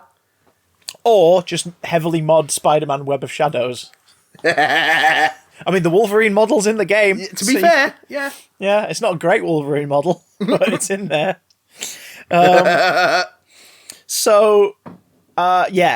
This is... Days of Future Past adapts it sort of. The present we're introduced to at the start of the movie is sometime in the future, and we have Sunspot, Blink, Iceman, Kitty Pryde... and for those who followed this series chronologically, this is the first episode we're recording after Elliot Page has come out as trans. So whenever we refer to Elliot, the actor, we'll be referring to Elliot. We may use the she pronoun for Kitty Pryde because the character. The character is female, the actor is male. Actor is male. So we'll refer to Elliot Page as a he, Yeah. refer to Kitty Pryde as a she. And if you are wondering why we didn't do that in the previous 2 episodes, we recorded those Yeah. before Elliot Page came out as before it trans. came out. So Yeah, there we go. So retroactively rewrite in your brain how those 2 episodes were worded. Okay. Yes. Great. Cheers. So you got Kitty Thanks. Pryde, Colossus, and Bishop. So you've got a few fan favourites showing up. Sunspot is a bit of a fave. Blink, I don't know, has Blink got a fan base? Blink is only really... She throws teleportation portals, basically. Like, That's she her only thing. really turns up in Age of Apocalypse tie-in stuff and Exiles. Yeah, this which borrows is a bit from Age. This borrows a bit from Age of Apocalypse as well in terms of some of Yeah. its choices and visual choices. And that character also turns up in Exiles, one of the many runs of Exiles, which is quite a cult favourite book amongst X-Men fans. About a bunch of like different universes, versions of X characters coming together and being alternate universe travellers. So She's a big part of that book. in this opening, and we get Bishop, who looks fucking great as well. Yeah. Oh, Warpath. Warpath's in this opening sequence as well. And Bishop, again, without even really giving any of these newer mutants screen time or dialogue, like, they display their powers really well. Like, all of them is like, oh, wow, this is the fun. opening sequence of this film with the Sentinel attack Yeah, well, and is really cool. I hate the Sentinel design, but it makes sense to the plot, and they at least give us both versions, I guess, by the end. Well, both versions, which are both poorly designed. Yeah, the head shape of these guys is sort of reminiscent of the Bastion era, like, what are the Sentinels that are human-sized, that were sort of disguised as people? Sentinel Prime? Omega Sentinels? Omega Or Sentinels? Sentinel Primes? The ones where they just look like men and women with white hair and pink skin, and they were essentially disguised as humans, and then would be like, Yeah, I can't remember if eradicate they're... mutants and attack mutants and stuff. I can't remember if they were called Omega Sentinels or Sentinel Primes. Or Prime Sentinels. Because it sort of comes out the same era from the 90s, 2000s of like Bastion and all that sort of stuff. But Bastion created them. Yeah. It's But, it's the Operation Zero Tolerance storyline that they turn up in. And these guys, which these is- black mosaicy ones kind of have that little brow design in the shape of their head, but they're just these featureless things, essentially. They're sort of like the Destroyer armor if it didn't have any swag. A bit like the Keanu Reeves Day the Earth Stood Still version of Gort. Yes, from, yeah. Oh, God, yeah, that's a really accurate comparison. Fuck. They probably use the same Also, effects that to film pull in. happened, everyone, just to remind you. That film exists. Yeah. Don't watch it, but it exists. It's not great. It's not, no. But, is this film? Stick around to find out. Not entirely. Point is, they all die horrendously. It's a sequence of, here's what would happen if the X-Men were slaughtered. And Kitty Pryde uses her phasing. They don't explain it fully, but they basically explain that over the last couple decades, Kitty's developed her phasing ability to also apply to, like, consciousness. So she can phase someone's consciousness to a different point in their life, which isn't a natural evolution of she can walk through walls, but sure, whatever. Jean Grey's had weird power sets over the years, so fine. Yeah, I mean, it's... Does Storm control the weather or create the weather? Like, what does any of this mean? It's just... they explain it about as much as they do anything in this film, which is to say, not very well. Yeah. And not much, and way better than they explain anything in Apocalypse, but we'll get to that. But they die in a final stand against them trying to get hold of something from a safe that might save them or whatever, and Kitty phases Bishop's... And this is a throwaway line of dialogue explaining it later on. Because this happens, and as they're about to be shot, Kitty and Bishop, everything fades away. And there's no damage there anymore, and it's like, wait, what's just happened? Like, no Sentinels there, it's like, what just happened? A throwaway line of dialogue later in the film explains that Kitty cast Bishop's consciousness back to like a week prior. And he warns them that sting we're going to do does not work. We have to do something else. Like, that's it. Like, our final stand isn't going to work. We need a new plan. We never see that. Bishop's never given any fucking lines of dialogue to, like, let us see him be the one to do that. But you know the only reason they did that is because it's like, well, Bishop's thing is he comes from the future and he's like, shit's going down! Yeah. So it's him, I also, guess. I But tell also, you, how does he phase back if Kitty didn't finish the... I thought she had to be maintaining the transfer of consciousness for it to work. Yeah, but once it's worked, she was never there in the first place. True. So they've got shorthand time travel now, basically. So we have the thing is, a pocket. Oh, go on. The thing is, and we're gonna. This is gonna come up a few times during us talking about specifically the next two X-Men movies, not necessarily Deadpool, but this and Apocalypse, is that this franchise continues to hint at stories and sequences which are more interesting than anything in the story or sequence that you are watching that they've produced. Yeah. You could have made a whole film out of the fall of mutant kind and humanity to the Sentinels. Because when they describe what's happened, the reason why the Earth is fucked, and why, like, there's no one alive apart from... I think they imply that there are people being kept alive in camps, like, for manual labour too. No, there are mutants being kept alive in camps. Right. You've got a unique perspective on this, because you've seen the Rogue Cut, haven't you? It's not that much different. Okay, there we go. But I'll get to that. But, like, because that's something to do with the camps, right? Sort of... tangentially, yeah.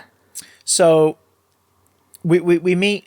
you could do a whole film about that, because they talk about the idea that the Sentinels began to learn and adapt, Skynet-styley, and they were given something which is key to the plot of this film that meant they were able to transform and adapt their defenses against mutant attacks to combat them directly, and then they started to manifest as powers.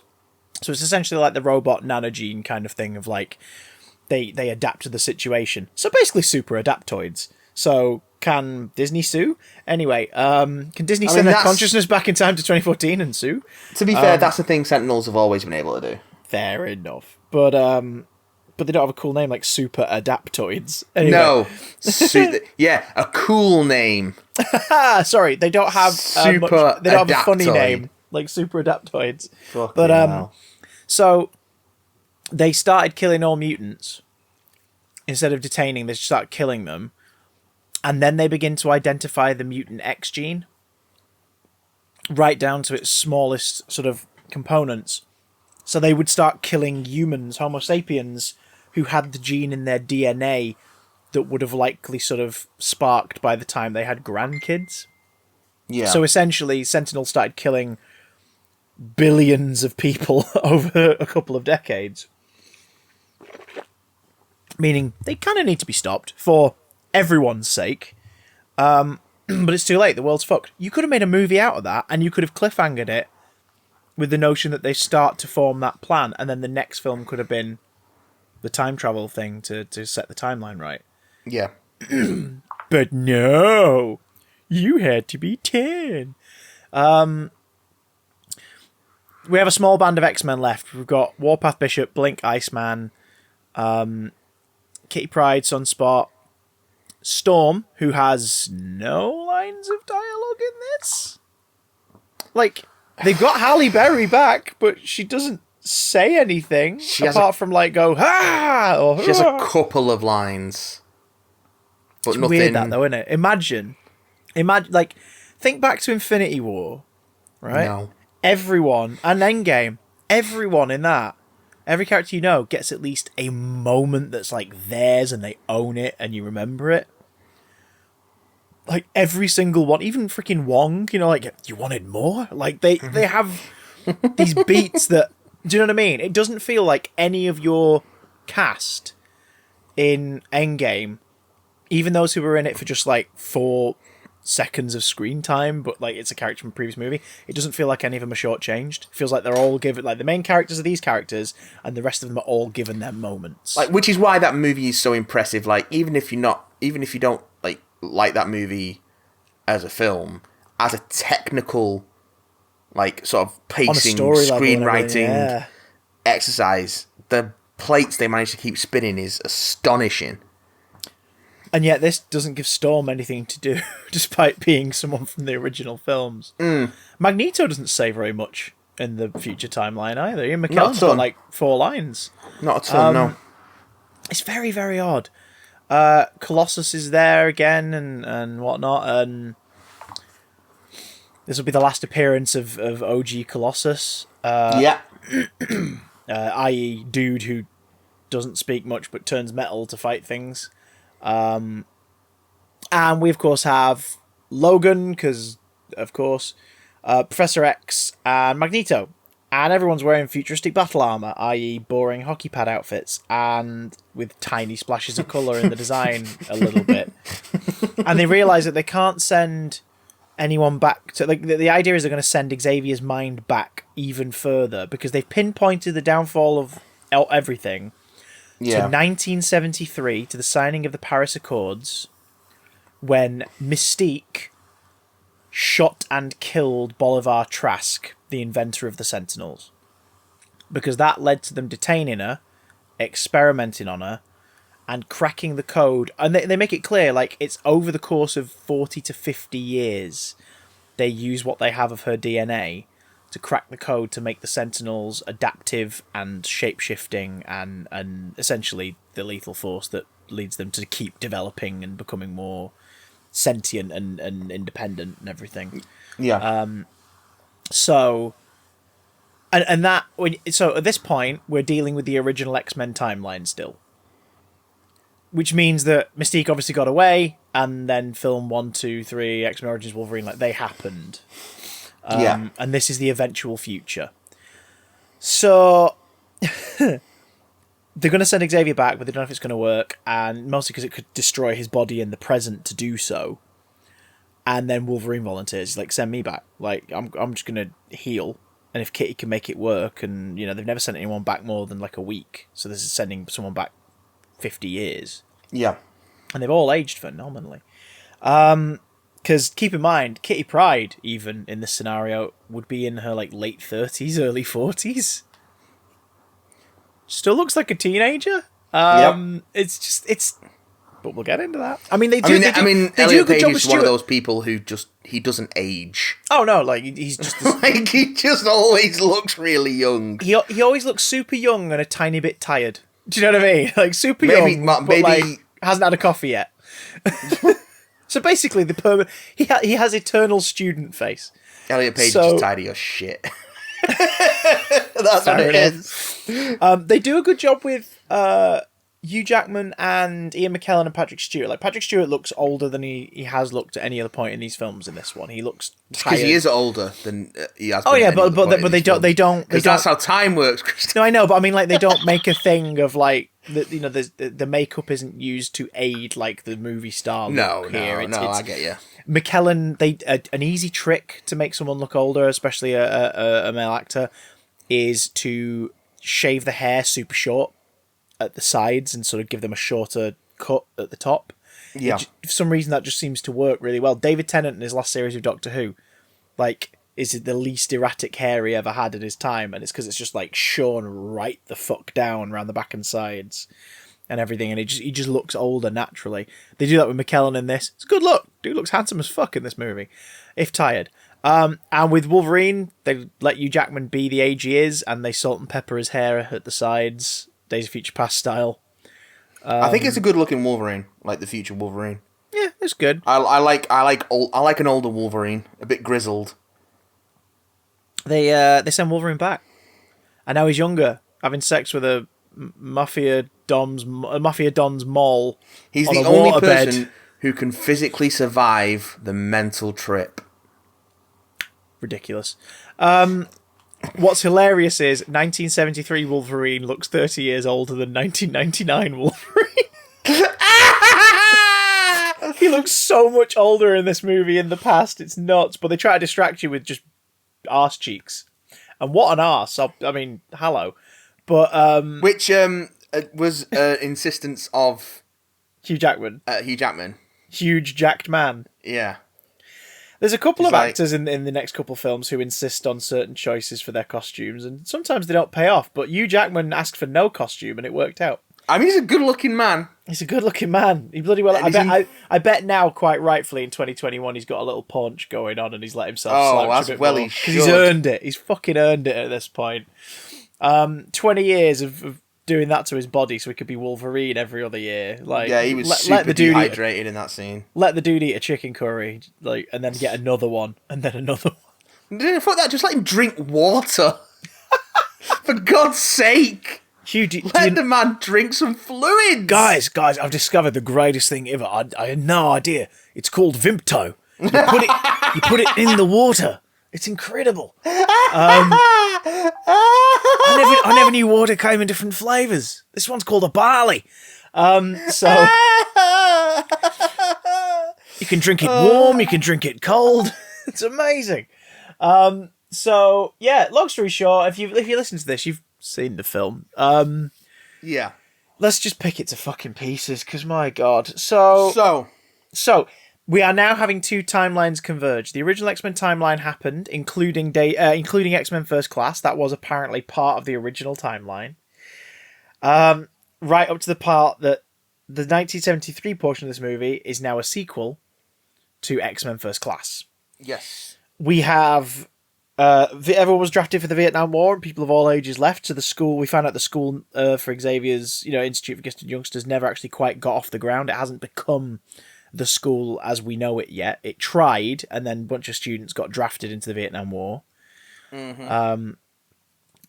The pain and suffering going on in the US was enough to make Xavier crave like numbness from his powers because he wasn't able to block out like the that's a great idea. The idea that like the country is at war, people are suffering, and he can't block it out because it's just so overwhelming. So Hank McCoy develops like a reverse version of the mutant. Well, he perfects a version of the mutant suppression hormone that he worked on in First Class. Yeah. So what it ends up doing, this is ridiculous. So it numbs Xavier's brain, and it basically becomes a story about addiction for Xavier. He's shooting up on the serum like at least once a day to block out his powers. Yeah. Somehow, though, it also gives him back his ability to walk. Well, the idea is despite the fact that his powers aren't why he's wheelchair bound, a bullet severed his spine. Well, no, the that's idea not how science works. They're different serums. The one Beast takes, is different from the one Xavier takes. The one Xavier takes is a treatment for his spine, which allows him to walk. That has the side effect of dampening his powers. Right, but if your spine's been severed, a serum doesn't fix it. That'd be like saying, my arm fell off. That's all right. Just drink this Vimto. I drank a Vimto, my arm came back on. And then I stopped drinking it and it fell off. It just, I don't know. I mean, the idea is it's like Xavier is trying to basically go against everything we know of him from the last film in this Xavier's chronology. He's not mutant and proud, but with that weird hypocrisy about like, oh, it's being mutant and proud. Oh, but Raven don't look like that in public. And they get rid of that, and it becomes more about I want to be normal so I can block out the pain. It doesn't really add anything to the story. No, it's just McAvoy plays the hell out of it, but it doesn't really do anything. But that's something that it's an obstacle. In Apocalypse is they love padding out these movies with things that don't actually add anything to the plot or give you anything interesting. They just make it longer. I mean, we get to see the swagger of cocky Xavier just being like, this is a load of bullshit, leave me alone. McAvoy's doing his best Jack Sparrow. Well, McAvoy's doing his best Johnny Depp on a wine bender, essentially, and it's entertaining, but it is when you get to the end of his arc, it's like when you get to the end of his arc, it's like, what did he learn? Like, what did he learn? Yeah, the reason they depowered him is so that they could have other mutants do things in scenes where Xavier would totally be able to do it. Yeah. So Wolverine manages to convince them that he's from the future, and Charles sent him back. And Charles drops the second F-bomb in the franchise, misquoting the previous movie, which is really weird. Yeah. It has been 10 years, but also... True. I mean, has it? Look at all their faces. Because we briefly as well cut to a paramilitary operation where mutants are being used in Nam, and a general's trying to get them shipped back home. We found out that General's Mystique trying to get them out of harm's way because she's become aware that they're going to be taken for further experimentation. As many of the mutants from First Class also have been. They just didn't want to bring back some of those characters, so they just killed them off. We learned that Emma Frost, Azazel, Banshee, and Angel, First Angel with butterfly wings, we learn that they've been killed. The world is a vampire. No mention of what's his fuck. It's not Whirlwind. That's an Iron Man villain. Who's the? I've already forgotten his name. Riptide. No mention of Riptide. I mean, in this group we've got sort of a version of the porcupine dude. Oh yeah, we've got Toad. Or maybe Toad's dad. Like, it's... Because here's the thing. This is the age of these characters just is all over the place. The way this film ends, it's a clean slate. As long as you get to the timeline the end of this film introduces, then it all can make sense. You could tell whatever stories you want, because they make a point in this film. There's a great scene where, like, they thought they'd prevented it from happening, but they've got some of Raven's DNA from her blood on the pavement. And Hank says there's a theory in quantum physics. There's a theory that time is just a river. And you can throw a boulder into it and create ripples, but it will always correct its course. Yeah. So maybe the war is destined to happen. Maybe this is just who Raven is. And the emotional stake by that point is Charles is like, no, I can't believe that that's who she is. We have to challenge this. And obviously Wolverine's emotional stake is, no, we need to prevent the fucking war. Like, I'm from the future where things go to shit. We need to prevent the war. One note I did like about this, that they don't really do much with it, is, except for make a shit joke, is that Wolverine is, of course, pre-Weapon X. So he's got the bone claws, which is just nice to see. It's like, that's kind of cool. We didn't really get a full film of that, so that's kind of cool. But then it's all in the excuse for Magneto just randomly be like, imagine if those were made of metal. You're like, and? Or why would you say that? That was nice. That was nice because it's subtle. Like, it's down to Jackman's facial expression to sell that and make it a fun little moment. Because it's also following on from that mid-credits scene at the end of the Wolverine, the last time we saw him. So it's like, that's quite funny. Anyway, so Hank makes the point of things will always end up one way. So by the end of the film, we learn that the war's prevented, and what we see in the last scene of this movie is essentially the X-Men I think we all wish we could have. And it's obviously set. It's obviously set maybe like 5 years. Well, no, because it would be set in the time. It's set at the exact same time as the future timeline in this. Yeah, which means so it'll be set around now. Scott and Jean and Aurora, are at the very least in their late 40s, early 50s. Yeah. Which except no, they fucking aren't. Yeah. Hank McCoy. Hold on to that feeling, because it's gonna come back. Hank McCoy is hilarious because it's a fun cameo. It's like, oh shit, Kelsey Grammer. Yay! Kelsey Grammer's back for a cheeky little cameo. So like, morning, Logan, or whatever it is. And it's like, a little late for lessons, aren't we? Oh, my stars and bollocks. Oh, my stars and bollocks. But I've got to say, if you watch this film, just focus on his face. Doesn't look good. It's a bit ropey. Because they've obviously not put Kelsey Grammer under all the prosthetics for a cameo. They've CGI'd it on. Well, it was last-minute reshoots because he was supposed to have a bigger role in the future stuff. Oh, there you go. He couldn't be in it because he was busy filming Transformers: Age of Extinction. Oh, dear Lord. And falling off of stages. So, yeah, but like it doesn't look great. We get to see Anna Paquin. In the theatrical cut, that's the only place where we see Anna Paquin in the future timeline. It's like, her and Bobby are still dating, and they look about 20. She has, like, nearly top billing. Yeah. To the point where Jennifer Lawrence, I don't think is even on the poster. Because... Now that surprises me, because this is the last one where... Anna Paquin is, like, way up in the credits. This is the last Patrick one. Stewart and Ian McKellen. On the DVD cover, top billing's Hugh Jackman, because on the Blu-ray cover it just says, Hugh Jackman. X-Men: Days of Future Past. Huge Ackman. Because the thing was, when this came out, it was in the build-up to it. It was kind of exciting because it was like, oh shit, it's the cast from First Class, which was pretty fun, and the original cast. Like, oh my god, plus Peter Dinklage. Like, this is going to be really fucking cool. I remember coming out of the cinema, having watched it with our friend Charles, and being like, yeah, that was pretty good. I enjoyed that. Oh yeah, my initial response at the time was, okay, yeah, sure. But then it does not hold up to rewatches. Oh no. And especially when you know what comes after, it even that damages it even more. Because the end of this film goes, here's the X-Men movie you all actually want to watch, where like these characters you love are all at the mansion, and it is a school, and they're all clearly a special ops team, and Wolverine's stayed there, and isn't this great? And it's X-Men Evolution, essentially. It's teasing you like, hey, look at that. Look what's going on here.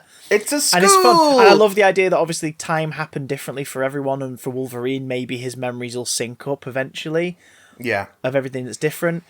But that he says, like, you know, I'm back. And Charles, who obviously will have had a completely different life, will be able to kind of connect with his mind or whatever and go like... Because he goes like, we have so much to catch up on. Because obviously Charles must have just read his mind and been like, oh shit, okay. And that's kind of sweet. It's like, oh, what a lovely ending. Like, the X-Men we all know and love, including the ones that have died, aren't dead in this timeline. And they're all hanging out. And holy shit, it's the X-Men.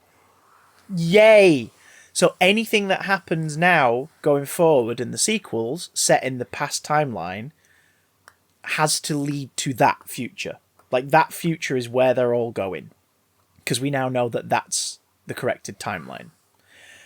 And then they make a point of things will always turn out a certain way. Ripples, you know, there might be ripples, but things will always straighten out. And that's sort of the end twist of the movie, is that Wolverine, 1973, Wolverine's nearly dead body's fished out of the river in Washington and is taken by Stryker. And it's like, oh, so even in this timeline...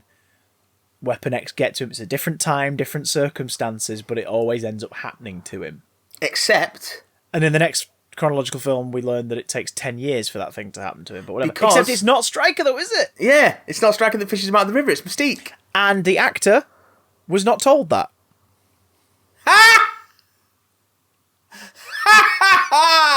You know why? They probably didn't decide that until the edit. And they went, oh, that'd be mysterious.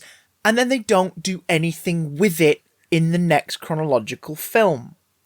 No, they really don't. So let's talk about timelines. This is a perfect excuse for them to reset stuff. And they do take advantage of it in the next movie. We have characters that have appeared before showing up in different decades, which is weird. Yeah. Because it's like, well, hang on. They can't be that different. Like, again, introducing Scott and Jean especially. Like, Xavier and McCoy... and Eric, it kind of adds up. By the timeline of the original movies, they're sort of around the ages that they would be. Like, they're 60s, 70s. It's like, sure. Which makes Beast's inclusion in Last Stand even more impressive, because it's like, that dude's like 70 and he's just leaping around beating the fuck out of soldiers. He's the Beast! He's the Beast! There comes a time when, oh, you get the point! You know, and so that adds up. But this now suggests that Scott and Jean... especially are like old as fuck when we meet them originally compared to how old we thought they were. Old as balls. It's really odd. Let's save the timeline age stuff. No, but the reason I bring it up is like they could do all that later. Like they can now play with the canvas and they take liberties with it. But this film has to be the one that matches everything that's come before it and First Class to create a new jumping off point. Yeah. The character of Bolivar Trask has already appeared in an X-Men movie. Yeah. Bolivar Trask was played by Bill Duke in X-Men: The Last Stand. Yeah. Bill Duke, who's a pretty, entertaining actor when he crops up in the Commando and Predator and stuff, like Green Beret, motherfucker. Like, Bill Duke is a very tall, very large, heavy-set, bald black man who in the timeline of X-Men: The Last Stand is in like it's sort of the late 2000s, early 2010s is when that's set. And he, at the time, the actor himself would have been in his late 50s. around that time, late 50s. Peter Dinklage is none of the things that describe Bill Duke in terms of physical appearance, and yet is playing a clearly late 30s, early to late 40s something Bolivar Trask in 1973. It's like, okay, so do you know what? We can accept that as a retcon for the purpose of the Sentinel plot. Sure, whatever, fine. And you know what? Fine. Like I buy that Stryker had an issue with mutants earlier than what we were aware of, and it was during Vietnam, and it's an excuse for us to see Havoc briefly, and then it's like, oh no, can we bring him back because he's actually kind of entertaining, and he's gone now.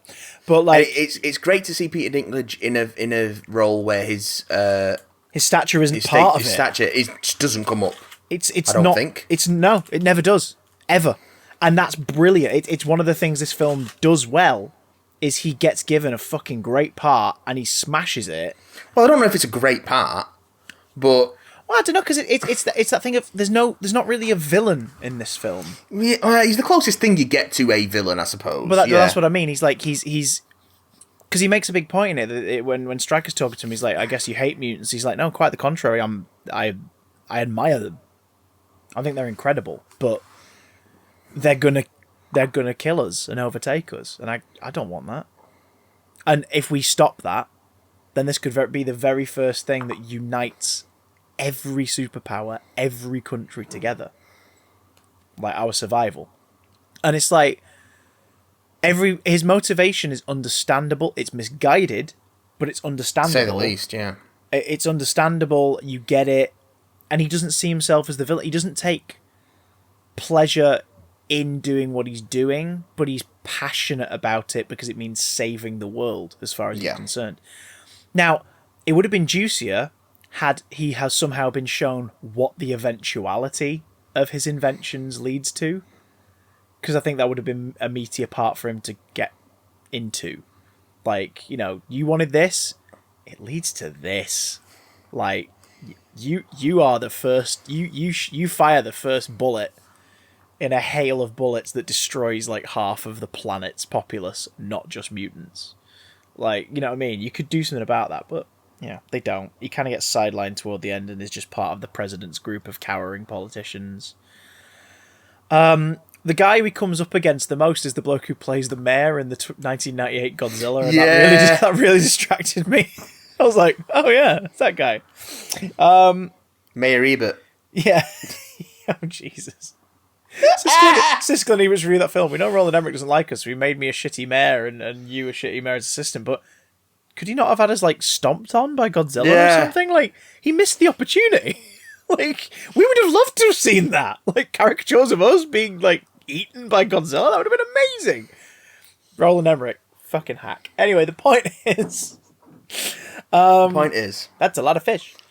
The past timeline stuff is interesting ideas, but like you said, they're played out as filler rather than actual character exploration. Yeah. Xavier's relapse is not important.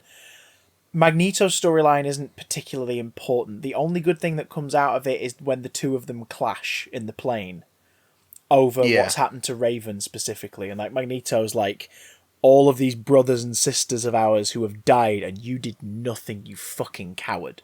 That's great.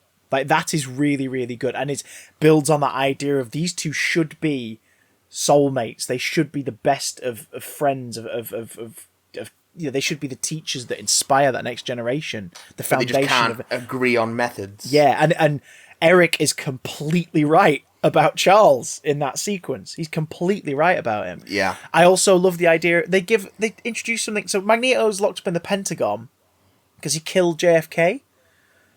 And Charles has come to that conclusion because he's like, he killed JFK because it's like the bullet bent. The bullet curved, yeah. The bullet curved. Like, Magneto killed him. And it's like, that's a film. That's a fucking film. And then it's even more solidified as a great idea for a film when we find out of Magneto that he's in jail for killing the president, but he didn't. He was trying to save him because JFK was a fucking mutant. Can we see that film? That would be incredible. Like, and again, the alternate history implication of that. If JK had been a mutant and had come out as being a mutant publicly at some point during his presidency, how does that change the human-mutant relations? And, like, there's so much they could have done. It's nuts. We get a bit of presidential stuff in this. We get Nixon, who's just basically like, fuck. Oh, yeah, they just got the first Nixon impersonator they could find on Central Casting.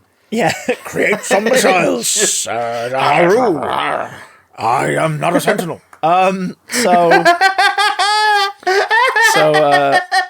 they present a unique idea in this film, which I never thought of before, that there's an escape hatch to the White House under the circular carpet emblem in the middle of the Oval Office. And that sounds weird, but as set design goes, I was like, well, that's kind of cool. That they sort of they lift up a hatch in the floor in the middle of the Oval Office and it's under where like the seal is on the floor, the carpet. And it's like, okay, I buy that. This film also sort of sets up the recurring theme that we get again in Apocalypse of just incredible destruction of property. That just, of like landmarks and such, that would be a huge deal. Football stadiums, the White House. So casually. Yeah. Yeah. We get even more of it in Apocalypse, but... Yeah, so Jesus, yeah. Which gets joked about in the next film we're going to talk about before it even comes out, which is fucking brilliant. Yeah. Magneto living in a stadium. Cool, but at this point they're really suggesting Magneto being OP in the 70s compared to how he is in the present day timeline of the original movies. Like, we knew he was powerful, but like he needed power amplification. That was the point. So, well, to do a specific thing though. Yeah, but still, it's like we see him to do something his powers were not intended to do. We see him do cool shit, but it's like, you know, it's moving guns, throwing cars around. Whereas at this point, it's like, I'm gonna lift an entire stadium, and while I'm at it, I'm going to snap up rail tracks to fill the... Now, that's a great idea. That the Sentinels are made of space-age polymers because of Magneto. Yeah. And other mutants who've been seen publicly, they make a point of being like, we're going to make these proof to the ones we're aware of, and then we will adapt them to any further threats we learn of. So Magneto hears that, and he's like, right, fuck that. And he breaks up the train tracks and basically, like, weaves puppet strings throughout the Sentinels. Yeah, which I think is a cool idea, but then it makes no sense that he seems to also have their programming altered. No, he doesn't, because when he loses control of one, it tries to kill him. That's true. No, that's he's literally physically puppeteering them. Because he says, do what you were made to do, and then it sends off and it goes off on its own to kill Wolverine and Beast. And then when they like deflect or whatever, like they do the mutant thing and he turns back and doesn't register as mutant, it turns around, it sees Magneto and carries on with its mission. So it's like, hang on. How is it moving if it's full of metal on its own? If you're controlling it, why are you controlling it to attack you? What is going on? It's inconsistent. Well, he'll have made the metal flexible so he can use it as puppeteering. Like, can we talk about the green screen and the CGI in that scene? The train scene. It's fucking awful. Fucking squiffy, man. Really bad. A lot of the effects in this look really cheap. Yeah. And again, both physical and practical. Like the Nicholas Hoult Beast suit looks awful. It's a vast improvement over First Class, but it's still I don't not like good. the Nicholas Hoult Beast design at all. And Which one? It changes 4 times. I don't like any of them. I think they're all really poorly executed. I think Nicholas Hoult makes a nice Hank McCoy, but my issue here is Hank McCoy in these movies never acts like Hank McCoy of the comics. Also, Hank McCoy it's never the same dude. Like, I buy it in First Class because he's younger and insecure and worried about, like, being outed and everything. So, like, yeah, he's in a different place in his life. But in this film, the next one, and then Dark Phoenix, I'm like, that's not Beast. That's not Hank McCoy. Also, why would you Hank cast McCoy's not a fucking wuss. Like, he's a gentle intellectual who throws down when it's the right thing to do to keep his family safe. Like, I would ask why you cast slender little slip of a boy Nicholas Hoult as the Beast. Like, it needs to be even straight off the bat without the blueness. Because Bryan Singer has been involved in the production of every single one of these movies. That's why. Yeah, well, I know that. That's why I don't ask it. I would ask that if I didn't already know that. But it's just, you cast, he's the Beast. And he's the Beast before he's blue. He's fucking massive. Yeah. He's a huge guy. You need someone beefier. He's a chunky boy. Like, he's a fucking football star before he comes out as a mutant. Like, Yeah. he's like a college football He's on a scholarship. like superstar. Isn't he? Yeah. Yeah. And then it's when he's revealed to be a mutant, that's when everything goes a bit tits up for him. But yeah, like you want a fucking football player's physique, like an American football player's physique for this guy, not Twink. Yeah. Twink beast. It just doesn't work on any level, the casting of Nicholas Hoult. Who is an actor who I still can't decide if I like or not. I've never seen him in anything where I'm like, oh my god, he's amazing. Fury Road. Oh, I'm entertained by him in Fury Road, but it's not necessarily an emotionally deep enough part for me to sort of analyse it too much. The Favourite? Did you see him in The Favourite? No. He's very good in that. That's the Olivia Colman. Yeah. I need to get around to that then. I think it's going on Star when it comes to Disney Plus. Very cool. Jennifer Lawrence still kind of cares in this one. She's putting some effort in this. Not a lot, but she's putting some in. And it's just odd because at this point, we know what Mystique's end point is in the OG timeline. Yeah. And I don't buy that this is who that is. Especially because of how conflicted her relationship is with Eric. I've never really bought that. Even before the events of this movie, like even before the events of this film, for them, they have been a brotherhood of mutants somewhere and parted ways, and they have a tense relationship. Yeah. And then obviously in this, the reason why it's a tense relationship continuing to be that is because he's like, yep, I know about this future thing, we've got to sort it out, come on. And she's like, no, what the fuck are you doing? I'm trying to assassinate this dude and save us all. But I don't buy for a second that that's who she's going to be. I don't buy anything about the film, about the prequel version of Mystique being the same person as the original version of Mystique. I just don't buy it. It doesn't make any sense to me. I could let it slide after First Class because the implication is that like she and Lencher are like the two constants in the Brotherhood going forward, and she just revels in like, you know, the fighting for what she now believes is her true calling and her true cause. Like, I get that. Like the bit where she talks to Kelly in the helicopter in the first film matches with how she's led to feel by the end of First Class. Do you know what I mean? Yeah. The problem is you've got fucking 40 years. Yeah. Between that and that, like it's just, it just doesn't fit. Yeah, it's odd, and the fact that these movies have become this weird kind of there's also this weird. So Xavier is her essentially adoptive brother. Yeah.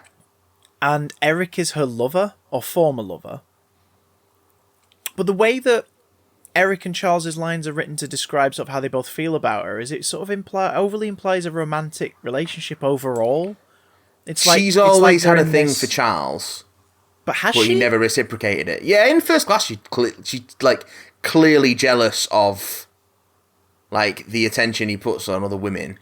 Yeah, but she's also like insecure. She's also his sister in terms of this family structure at that point. So that's always felt odd to me. I always felt it was more like she was annoyed that he now was putting his attention on other girls because it was like, no, she's definitely, you and me. We're like, you know, we're thick as thieves. But the implication is definitely that she's in love with Charles until Magneto comes along. Great. So we have sort of incest adjacent relationships and love triangles going on. Well, yeah. Jesus. The X-Men movie franchise seems to interpret love triangles, that's an X-Men thing, as the beginning and the end of the work you should put in. Because the Logan Jean Scott thing is fucking ridiculous and makes no sense. We've talked about that in the previous 2 episodes about this. Just do what they do in the comics at the moment and Mad as a throuple. Why not? Oh yeah. Hey Logan, stay away from my girl and get with me. Okay. Monday and Wednesday is my night. Tuesday and Thursday is Slim's night. Friday, we go together. What about Saturday and Sunday? We spoon with Beast. Gotta say, Wolverine does a lot of Beast shaming in this film. There's a lot of jokes at Beast's expense. Because it's a shit beast, that's why. It's in universe, Wolverine going, this is a shit version of Beast. So, fuck this guy. Timelines and la la la. Considering the marketing for this film, a lot of it was like, oh my god, these cast members like crossing over, isn't this incredible? There's only one scene where that happens, and it's McAvoy talking to Stewart. Yeah. I like that scene. Yeah, I like the X-Men-ness of like him looking into Logan's mind stuff and going to the future like for a moment, like projecting himself through Logan's, connection to the future, and Charles being the only one in the room who notices that he's there and talks to him. Like I like that. But aside from that, it's got some good set pieces. Some of the action is well paced. I like the whole idea that Logan basically is going to be fine as long as he doesn't freak out. Like as long as something doesn't throw him off his thing. So like he even tries to, when he's fighting in the past timeline, he's even trying to be less violent than he normally would do. It's like he's trying to sort of keep himself down to a certain level of aggression. Yeah. Which of course then gets triggered when he sees young Stryker. And he starts to he can't help it because it's that trauma's so deep seated into him. Yeah. That he starts to react. And I like that 1973 Wolverine comes back and it's like, who are you? What is this? And you're like, oh God. Oh shit. And Charles is, when he's like trying to explain stuff to him, he's like, you're on acid. Really bad acid. Really bad acid. And we can't leave this film without talking about the one scene that people do remember, which is the Pentagon breakout. The Quicksilver sequence. I really like that scene. I really like Quicksilver in this scene. It's fun.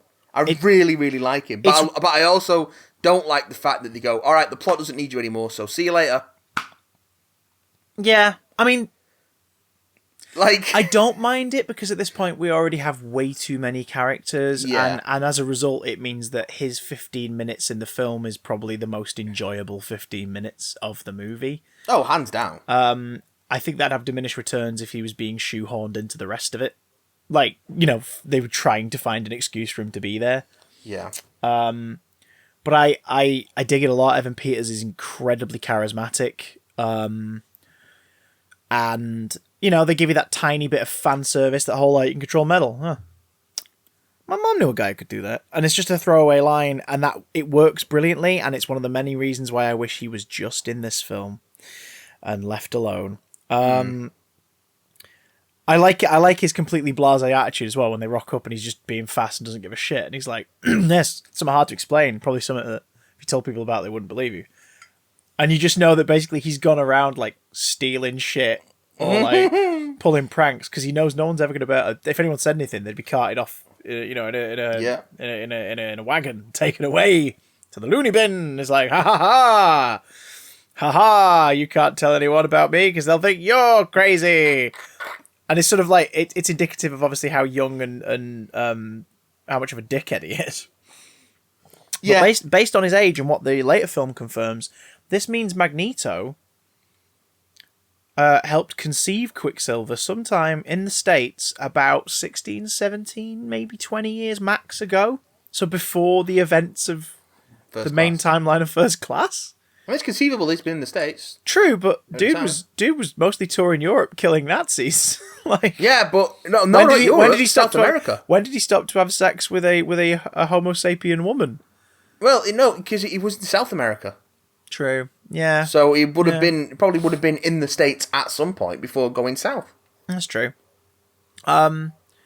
It's also weird that they really set up the idea that Magneto is very sort of no, mutants, we have to stick together, and yet this film and the next film imply and show that he has romantic and sexual relationships with Homo sapien women. It's almost like they're inconsistent. It's almost like they don't care about the characters They just make them do whatever they need to do to make the story move along. It's almost like that. Which at least gives us the Quicksilver breakout scene, which is brilliantly done. I love the idea that he's obviously like, his headphones are playing the music at a super fucking fast speed, so that it's kind of playing in normal time to us as we observe him saving the day. Funnier by the fact that on Wednesday, I watched the entire run of Brass Eye on Channel 4. Yeah. And I watched the Cake episode. Well, I watched all of them, so it was the Cake episode where they're just getting random celebrities to like play weird musical stings, being like, "This is music on Cake. Its sound lasts for 4 hours and sounds like this," and it just made me think of that.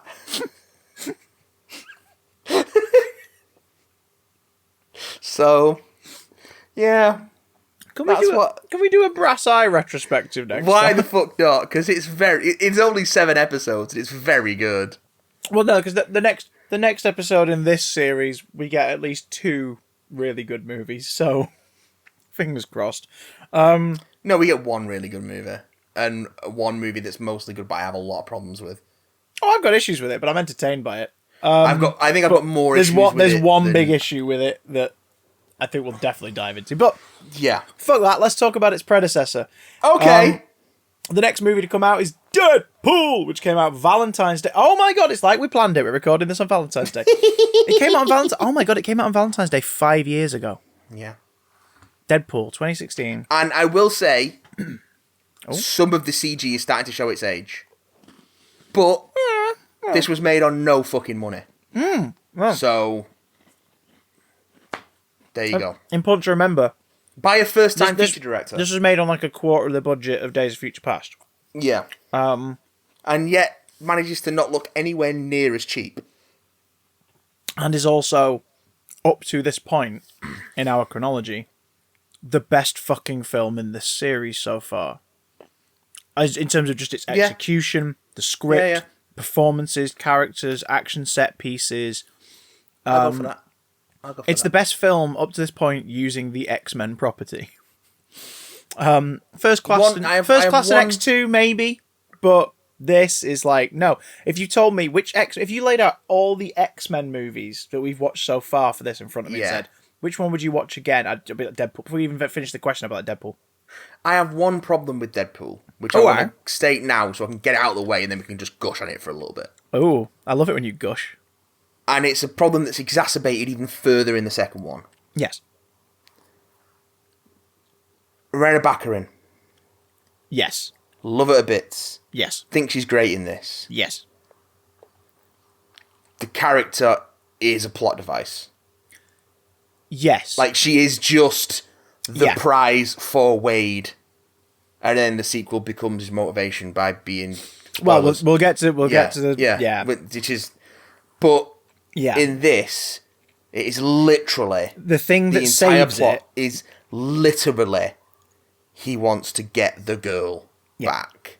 It just feels a bit regressive in that sense. The thing that saves it for me in this instance is her performance. Yeah, she's great. She and Ryan Reynolds have such wonderful chemistry as Vanessa and Wade, respectively, that, like... A lesser actor would have screamed plot device throughout the movie. Yeah. Whereas I think it's the Rebecca Remain thing. It's like, you know, Mystique has like 4 lines of dialogue, and yet she's hands down the best performance consistently in that trilogy of films. Yeah. Whereas Morena Baccarin in this is like so good. She is so good. She's absolutely our lead's equal. She meets him blow for blow in conversation. The relationship is important because they genuinely make us both feel that it's important. I think retroactively, I noticed the plot device thing more because of how the character is serviced in the sequel. I think it is definitely a thing that I didn't... It was like, oh, they could have done a bit more with her when I first time I saw it, but then watching it again after having seen Deadpool 2, I'm just like, oh no, wow, she really is just... Yeah. I mean, in this one... motivation. she deals with her own shit. She doesn't fuck around. Like when she's trapped in that chamber, she's fucked. Then the blade's thrown in, and then she breaks herself out, slicing her fucking hands up in the process, but not giving a shit, and then stabs Francis. And it's like she's going for it. She doesn't, you know what I mean? It's not like the only reason she gets damseled is because Francis knows that's the easiest way to get Wade to come out. Yeah. And you absolutely buy that that Ajax would be, oh, we'll just fucking kidnap his girlfriend. Do you know what I mean? So it's sort of like it happens because the sort of character who thinks that is what he should do did it. But obviously that only happens because it's written in the first place. Yeah. It doesn't bother me as much, but I think that's because I kind of view the two films as separate entities. I don't really think of them as a series. No, okay. But that's just down. That's personal, vibes on it. I sort of think of it as Deadpool 2 as its own. Deadpool 2 as its own thing. Yeah. And this, I just as far as like a standalone film in this series goes, it's like this and Logan for me. As like, those work. Those work so well. Deadpool 2 has a lot. Again, we'll talk about Deadpool 2 when we actually get to it. But for me, this is an 8 out of 10, and that one's like a 6 out of 10. Yeah, I might even go to a 5. Like, I still think it's better than most of the X-Men films. Fucking leagues above a lot of the other films in this franchise. I think it's also... It rests on one particular issue that... got problems. Yeah. But we'll get into that. And beyond the big problem as well.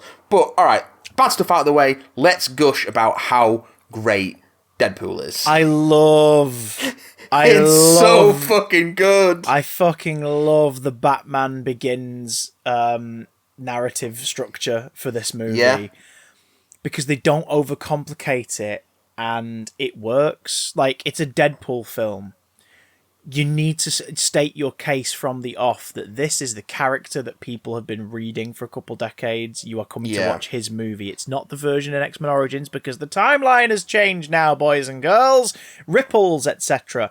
Despite the fact that Wade Wilson was alive in the 80s and got experimented on in the 80s, but now he's experimented on in the 2010s. These films are already confusing themselves. So, that's okay because the timeline changed. Yeah, I guess. Angel is alive and a mutant in the 2010s, but he's also alive and a mutant in the early 80s. Fucking hell. We'll get to that. We'll get to that making even less sense. This one makes sense. The tone is nailed at the top perfectly. Yeah. The opening title crawl of just the camera slowly panning through this frozen diorama of a car crash and people dying and falling over and being wedgied and just the cast, just oh god, like starring like a hot chick, gratuitous cameo, a CGI character, a British villain, and like just written by the real heroes here. Like, it's very good. It's very good. It doesn't get a proper opening titles. It's a joke one. It's like tone set. The interaction with Dupinder in the cab at the beginning, just completely setting up what sort of tone we're dealing with here. Like it's, and then the first address to camera being complete. Like it's the first of like maybe 2 overt fan references. One of them is the Deadpool from X-Men Origins Wolverine action figure. Yeah, but the first one is the whole like, oh, they're like, hello. I know, right? Like, just that one line is like, yeah. Everybody who's come to see this movie knowing who this character is like, yeah, we fucking know. Like, we know. We're actually here. This is happening. It's a Deadpool movie after they already fucked up the character. And it's the best thing they've done this franchise to this point. This movie, for those who don't know, after X-Men Origins Wolverine bombed, Ryan Reynolds was like, no, I was promised Deadpool. I want to do Deadpool. What they gave me was not Deadpool. Like, I want to do it right. And he and Tim Miller, who'd mostly done video games at this point, so like Tim Miller mostly directed like video game cinematics, didn't he? Was sort of like his main thing. Like the opening cinematic, which is fucking glorious, to DC Universe Online is one of his, for example. Which is so brilliant. Like, it's such a visual treat, that opening cinematic. It's like, damn, can we have a CGI movie of this, please? Damn, son. Like, he and Ryan Reynolds and this team worked together on making this short, which is basically like a simplified, obviously less polished version of like the highway attack on the vehicles and stuff. Yeah. And they shopped it around to Fox and tried to get it thingy, and it was just banded around and ignored and given faint feedback and ignored, and then someone leaked it onto the internet, and the fan reaction was so fucking huge that Quote Fox unquote, someone. Well, it's one of 4 people. It's either Ryan Reynolds, Tim Miller, or the 2 screenwriters. I think Ryan Reynolds has all but confirmed that he did it. Yeah, because at this point, he knew what it'd do, and it did exactly what it did. The internet lost their shit. Fans of the property went, "We want this." People who didn't know what it was were like, "This is entertaining. We'd watch this." And the studio went, "Oh fuck!" So they gave them a budget, and then early in production went, "Actually, we can only give you 2/3 of that budget," and it was like, during the filming, so they had to like change their plans during the fucking filming. They basically did everything they could to sabotage it. Yeah, and then it was like one of their biggest box office grosses in 2016, comparative to its budget. So, fools. It's so much fun. Something I noticed on this rewatch, because this is probably my like 5th. Maybe 6th time watching this movie. I think I've probably seen this film more than I have any other X-Men film. I realised something. If you cut this movie chronologically, like if you went from him threatening the pizza delivery guy, fucking amazing scene, by the way. Just the writing and the pacing of it is so good. If you cut from there, everything chronologically, like meeting Vanessa, the relationship developing, cancer diagnosis, going in for the experiments, everything. Up to the montage, the sexy motherfucker, up to that montage, and then picked up from the end of that montage with the opening sequence with Dupinder and the highway chase. If you cut the film chronologically, Deadpool doesn't start talking to himself or an audience until during the montage as he's crafting his identity. And none of the jokes before that chronologically are fourth wall breaking or at the expense of a pop culture reference that is specific to the X-Men films. They're all just Wade talking shit. The closest is they don't let the super suit be green or animated, but even then, that's just Wade in universe saying, "Don't give me a fucking stupid looking suit." Do you know what I mean? Yeah, I saw Green Lantern. It fucking sucked. Yeah. But, like, that's kind of interesting because it means that even in the world of the film, Wade has the delusion that there's someone else there watching him after his brain, like, his mind has snapped and he's losing his shit. Yeah. And that's kind of brilliant because if you did the film chronologically like that, you couldn't have that. You'd have to be talking to the audience from the top. Or they'd soften the fourth wall breaking stuff. Yeah, because it would be too much of a leap from what you'd been used to for, 45 minutes? Yeah. At that point. But in the logic of the movie, you stretch it out in a chronological structure. Yeah. It coincides with his fucking brain having been, like, starved of oxygen repeatedly for days. And him going, like, violently, erratically, into this revenge plan. Yeah, so it's like, sure. So even in universe, without them saying it, he's probably talking to himself. Yeah. It's like, okay, that's kind of clever. And I only noticed it on this rewatch. I was just like, yeah, all we hear of Wade breaking the fourth wall during the flashbacks is the narration. Yep. Cut out the narration and there's no fourth wall breaking. Which is also good because it means that you can really focus on the sincerity of his and Vanessa's relationship and let him and Rebecca and play off each other and it not be fake. TJ Miller's a twat, but massive points to him and Ryan Reynolds for their back and forth improv on this film. Yeah. Did you watch it on the Blu-ray? Yes. Did you watch the outtakes afterwards? No. So much of the outtakes is just them back and forthing in the, like, my God, you are haunting to look at. Like, it's just them improvising descriptions of what he looks like.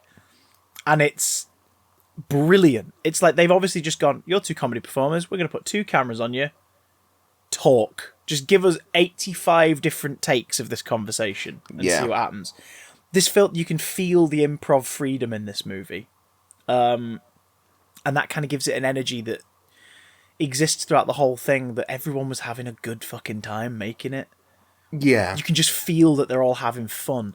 Everyone wanted to do this in a way that I don't think anyone ever has in the X-Men films. Well, it kind of helps when your director and producer isn't preying on all the young men on set. Oh, allegedly, but still. So, that helps.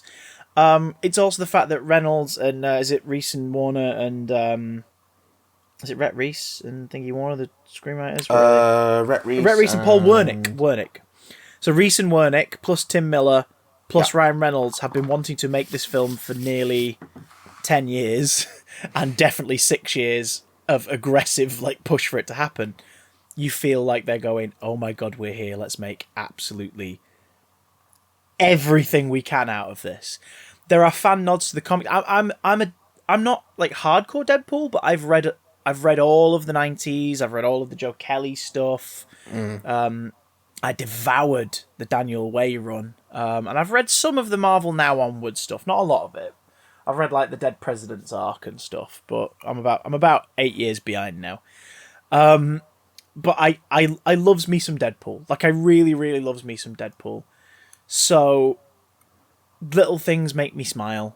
The notion that his name still comes from people taking bets on who's going to die, but here instead of it being... So in the comics, he's experimented on at the Weapon X facility, and he's the next experiment along the lines, because he's given Wolverine's healing... that's his superpower. He's given Wolverine's healing factor.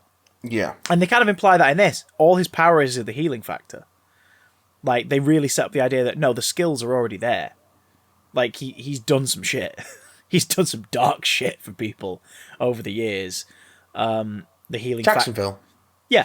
Oh, God. Well, so even that... So in the original, the inmates would fight each other in the facility, and people started taking bets within the facility over who would win. But it was also secretly being monitored by the scientists who worked on them, because they were seeing which ones were the strongest and which survived the Deadpool, and then they'd go forward to the next range of torture and experiments. So in this, they kind of merge that with the assassins clubhouse from the Joe Kelly run, and turn it into, no, every now and again one of them dies either in a fight in the bar or on a job, and people place bets, and there's a Deadpool. It's okay, sure, they've merged the two together. That's kind of cool. You mentioned about Jacksonville. Fucking Bob, Agent of Hydra, makes a cameo appearance in the movie, albeit not Bob, Agent of Hydra, because they didn't own Hydra. Marvel and Disney did. So he's just Bob. Just Henchman Bob. Henchman Bob, but it's oh, that's good, because there's a recurring sidekick character in a lot of the Deadpool run from the 2000s, folks.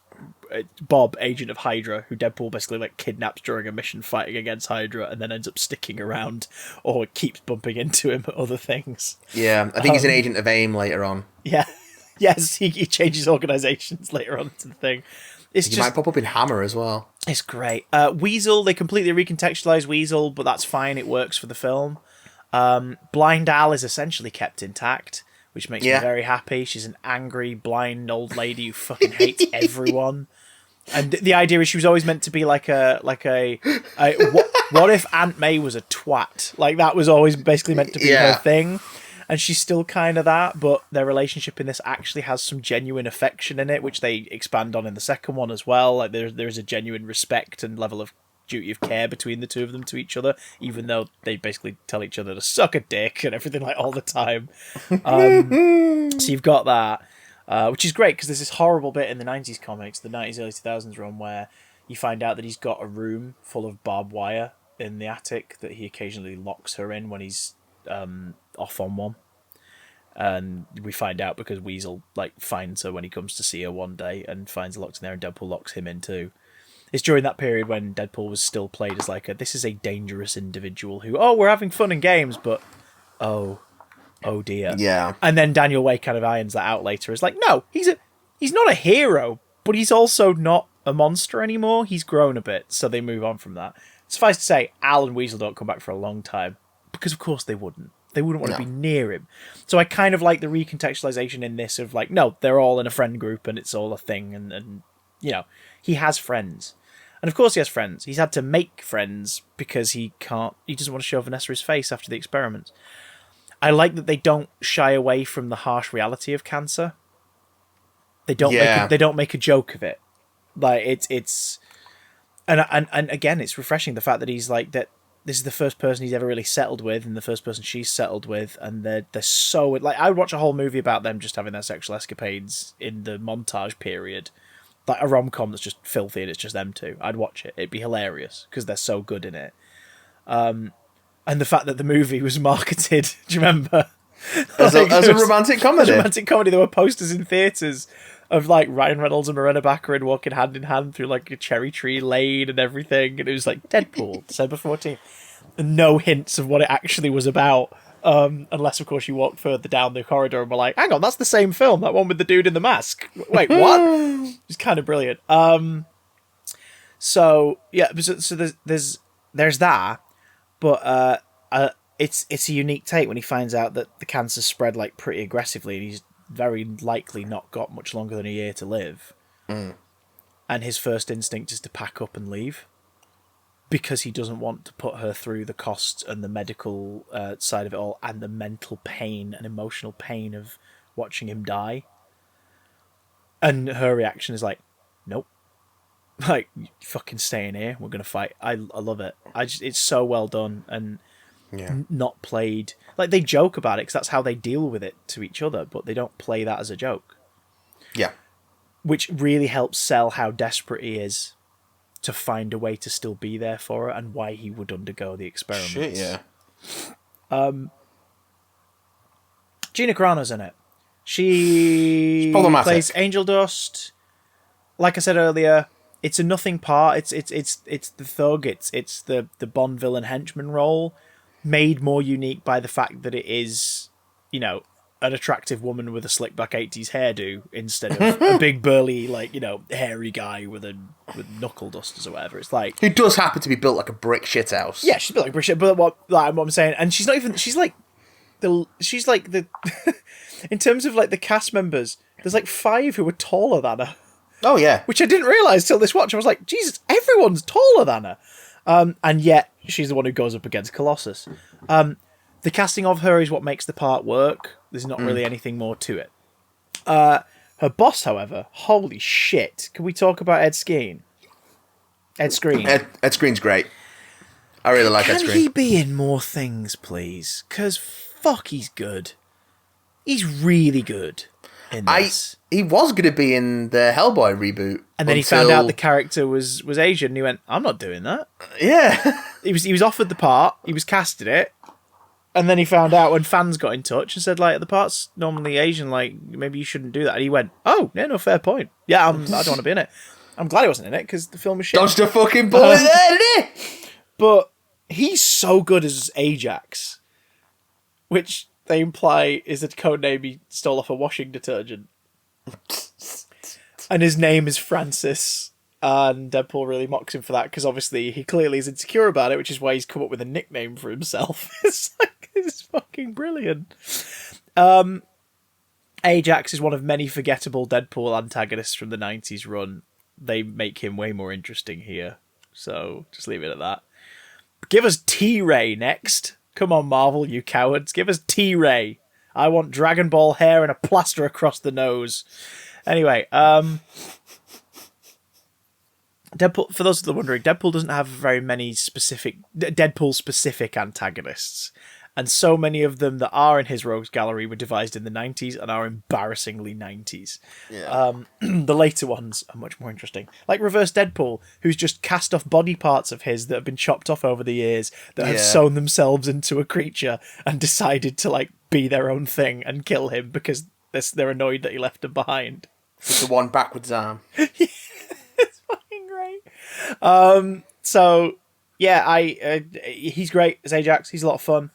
The inclusion of the X-Men makes sense because the 2000s run features a lot of stuff where, like, the 2010s run with Daniel Way features stuff where Deadpool's trying to reform and he tries to join the X-Men and the X-Men are like, No. Well, around the same time, he joins X-Force.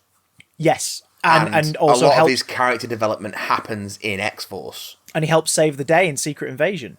Yeah. Like, he is the one who Nick Fury basically contacts on the sly to give him the solution to killing the Skrull Queen and saving the world. Mm-hmm. Which, because of his tie-in with the Thunderbolts at that point, results in Norman Osborn killing Deadpool, or thinking he kills him, and taking it for himself. And then Norman Osborn saves the world, which leads into the events of Dark Avengers and Dark Reign and everything that comes after that. Which is great, because for a while it meant that like there was a whole thing where Deadpool was like, I'm going to fucking kill the Green Goblin. It's like, I'm going to fucking kill him. And he was kind of got it, he ends up coming up against the Thunderbolts. But it's like, so there's this period where he's now trying to be better. Yeah. And they've played on that in recent years with ongoing series like Spider-Man, Deadpool, and things like that. But in this film, they're like, no, he's not that yet. But the X-Men are at least trying to reach out to him. And the X-Men in question being Negasonic Teenage Warhead, played by Brianna Hildebrand.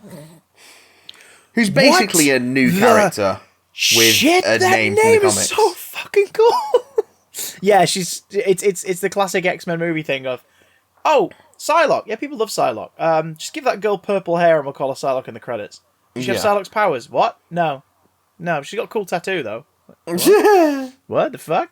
But she's great, and again, it's one of those where like because she's a character from the Grant Morrison run, who's never really. You say a character. She's from the Grant Morrison run. She's rarely seen the light of day beyond that, and then since the Deadpool film, the character's come back. Her powers have been recontextualized slightly so that they fit more with the movie version, and she looks like the movie version now. And it's like, fair enough. Like, fair enough. If that's what you want to do, fair enough. Because Brianna Hildebrand is great in this. Yeah, like, she's fantastic. Oh, hi, Ripley from Alien 3. God, you were old. Fake laugh, hiding real pain. So, that's one thing that's really impressive about this. Deadpool never gets obnoxious.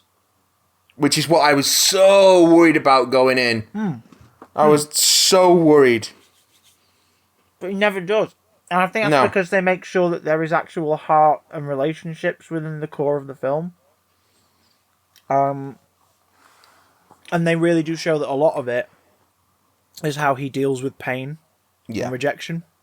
So you can just kind of enjoy the Ryan Reynolds improv whilst also feeling that the character is hiding something. And you sympathise with him a bit more because of it. Mm-hmm. Plus you get the fun of a revenge plot. A revenge fantasy narrative where he's going after Francis and a year's planning. Like beating up all those different people along the way. Oh my god, there's just so... Again, the outtakes is full of alternate takes. You know the bit where... I'm trying to remember his name now. The guy who keeps calling Agent Smith. Oh, yeah. I can't remember. I don't think he actually has a name, does he? I'm having a quick look through the thing to see... I think Wade just keeps calling him a creepy dude. Jed Rees plays him. He's from Galaxy Quest, of course. Yes. He's the character is referred to as Recruiter. But finally, like that bit where he tracks him down in the montage, and he's just like Deadpool's just like he's finally in the suit, and he's just sort of splayed out all sexy on top of like a pile of boxes. The amount of different lines they've got in the outtakes for that is nuts. My favorite one being, "I know I'm 30 years too old for you at this point, but how do I look?" It's just like, oh god. Very good. Yeah, it's like he doesn't get obnoxious in it. It works. Colossus, wonderful interpretation of the character. Really good version of Colossus. Because Colossus is ultimately a good guy. He is a good guy. He's gone through arcs, and different writers have done different things with him. But he's a hero, and we've not really seen any X-Men in these movies just be heroes flat out. They're a superhero. At the end of X-Men Apocalypse, which comes after this, obviously, but like they kind of implied that that's the beginning of the X-Men becoming a superhero team, like properly. So within this new timeline that's been created, you could buy that in the present day, Colossus is a fucking hero. Mm. And he's training Negasonic Teenage Warhead to be an X-Man. And he wants to bring Deadpool in because he's like, look, he only ever goes after bad people. What he's doing is wrong, but we can bring him in because Deadpool's not a mutant, but he's been mutated, and Colossus is like, we'll bring you in, like, Yeah. you will work with you. And I like the idea that Colossus has a goal. He's like, no, you're a good person, I know you are, like, and we'll bring you in. And it results in some really fun fucking fight scenes where Deadpool's just breaking his limbs punching Colossus. Colossus just sitting there being like, "What? This is stupid. What?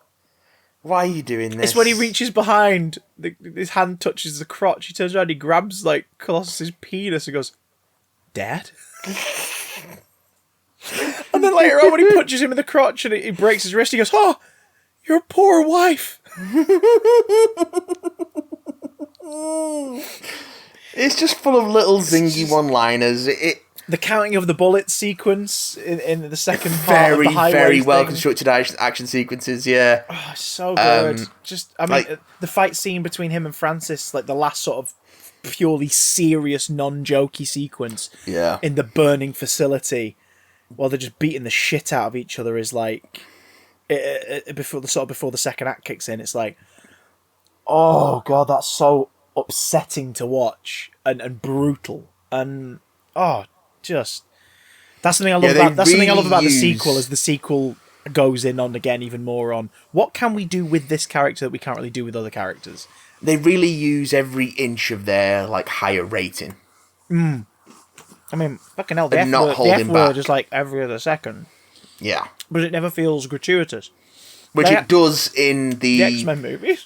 X-Men movies when they do it, which And they they do it suddenly, after First Class, they suddenly developed a hard-on for doing it, and I don't understand it. Well, It gets more and more out of place in each X-Men movie as it goes on. well, speaking of hard on, I'm pleasuring myself tonight. I love Deadpool a lot. I really enjoy it. It's really good. I love the spelling out of Francis and the dead bodies at the end. I love the Dupinder and Bantu subplot. Yeah, yeah. Fucking great. Like, how dare you release him this instant? Kill him. It's very good. It's like, I am very, very mad at you. Proud of you. Like, it's just... That stuff is wonderful. The Blind Owl stuff is amazing. I bet it feels big, even bigger in this hand. The ongoing discussions about IKEA furniture with the correct pronunciations of the Swedish furniture names. There's about 1.3 kilos of cocaine stashed somewhere in the apartment next to the cure for blindness. Good luck.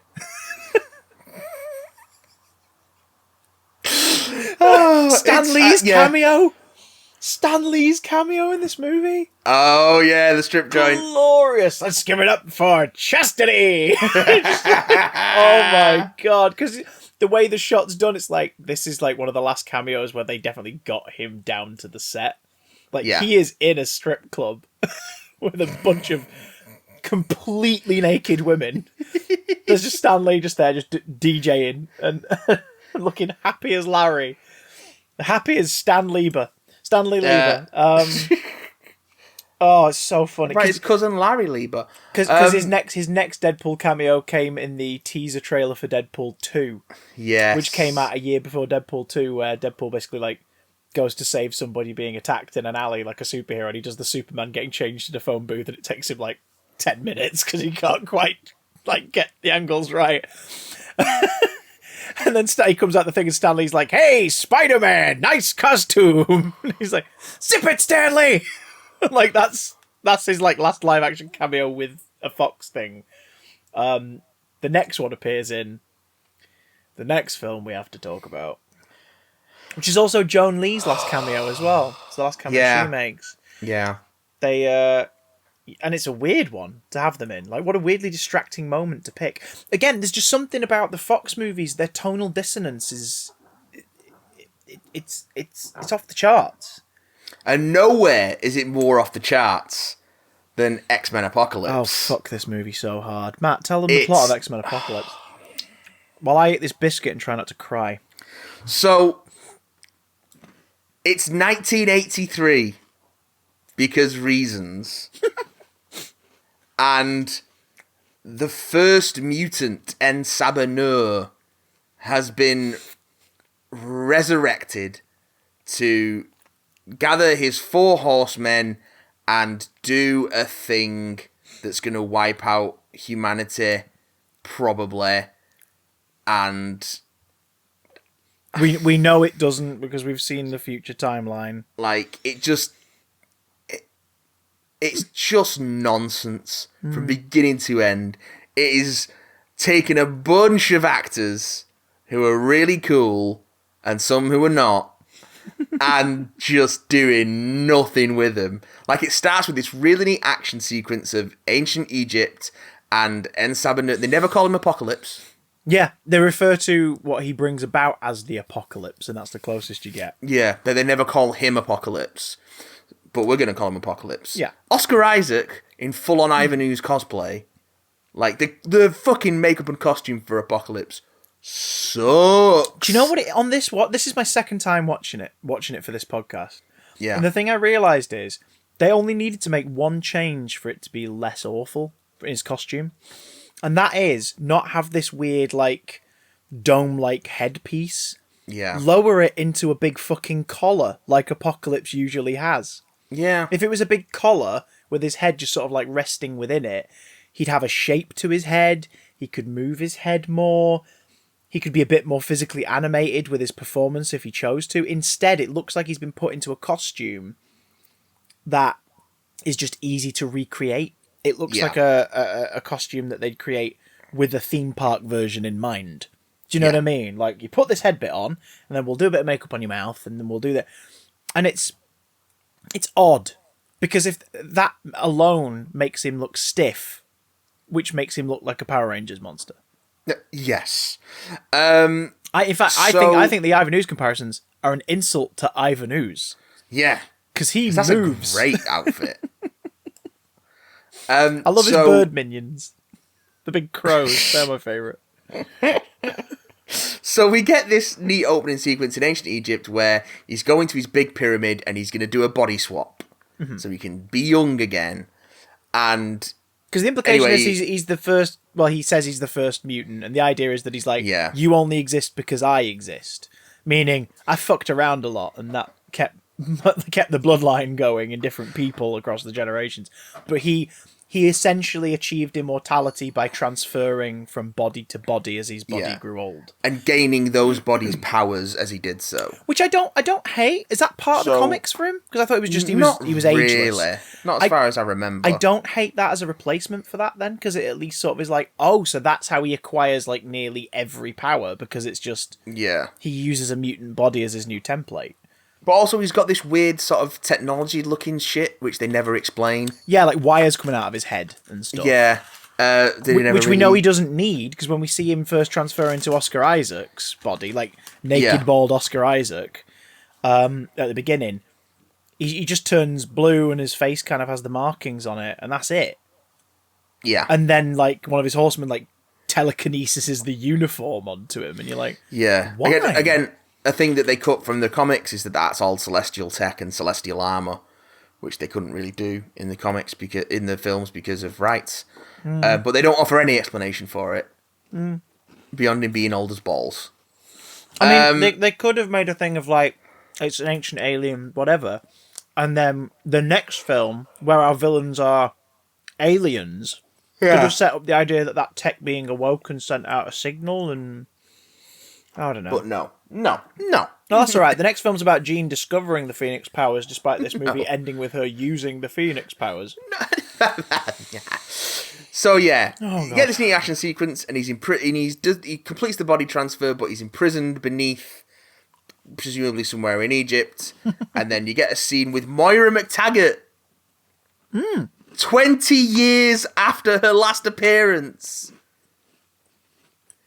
Who has not aged a day, to the point where when Charles finds her using Cerebro, he says she looks like she hasn't aged a day. So bear in mind, all of the returning characters from X-Men First Class who are in this film are supposed to be 20 years older. Yes. Alex Summers, Havoc, is supposed to be 20 years older than he was in at the X-Men very First least, Class. if we assume that he was maybe, let's say he was 15, slightly more adult-looking 15 in First Class, for the sake of safety, let's say he's 15, we can buy that he was a younger mutant. That would make him 35. And he looks about 25. He has a brother who's in high school. Yeah. A younger brother in high school. Yeah. So that's... Yeah, just to reiterate, weird. the main plot of First Class takes place in 1962. Mm-hmm. So it's 21 years later. 21 years later. Jesus Christ. Fucking Oh my God. McAvoy and Fassbender don't look any older because they're really not. Rose Byrne doesn't look any older. It feels like Magneto could be because they show that a lot's happened since we last saw him. He has a daughter now. So that he's married with a daughter. That kind of at least says to your brain, right? He's older because he's gone through shit. Like things have happened. He's older. Yeah. But Xavier looks the same as he did in the last one, except his hair's longer. I'm gonna tell you something right now, Chris. Yeah. I'm gonna tell you something right now. This movie's like 2.5 hours long. Oh, it's longer than that. It's longer than this that. Movie's like I know, 3 but years long. I know, but yeah, there it is. That's accurate. That's accurate. You could cut. I know why they did it, because Michael Fassbender's great, but they could have cut Magneto from this film entirely. Yeah. Had a different mutant to do something different with, like, the sort of weird earth moving thing in the finale. Have it like as a mutant who can like manipulate, have an extremely powerful telekinetic, like, I don't know, Jean Grey. Well, what did the earth moving achieve, really? Just there was some swirling patterns in different cities. So the idea is that Apocalypse ends up using Magneto's powers to basically upend the earth and wipe out anything that human civilization has built since the Bronze Age, essentially. Right. So they can start again. For fuck's sake. So, but you could cut Magneto from this movie entirely, because literally they give him a wife and child. Yeah.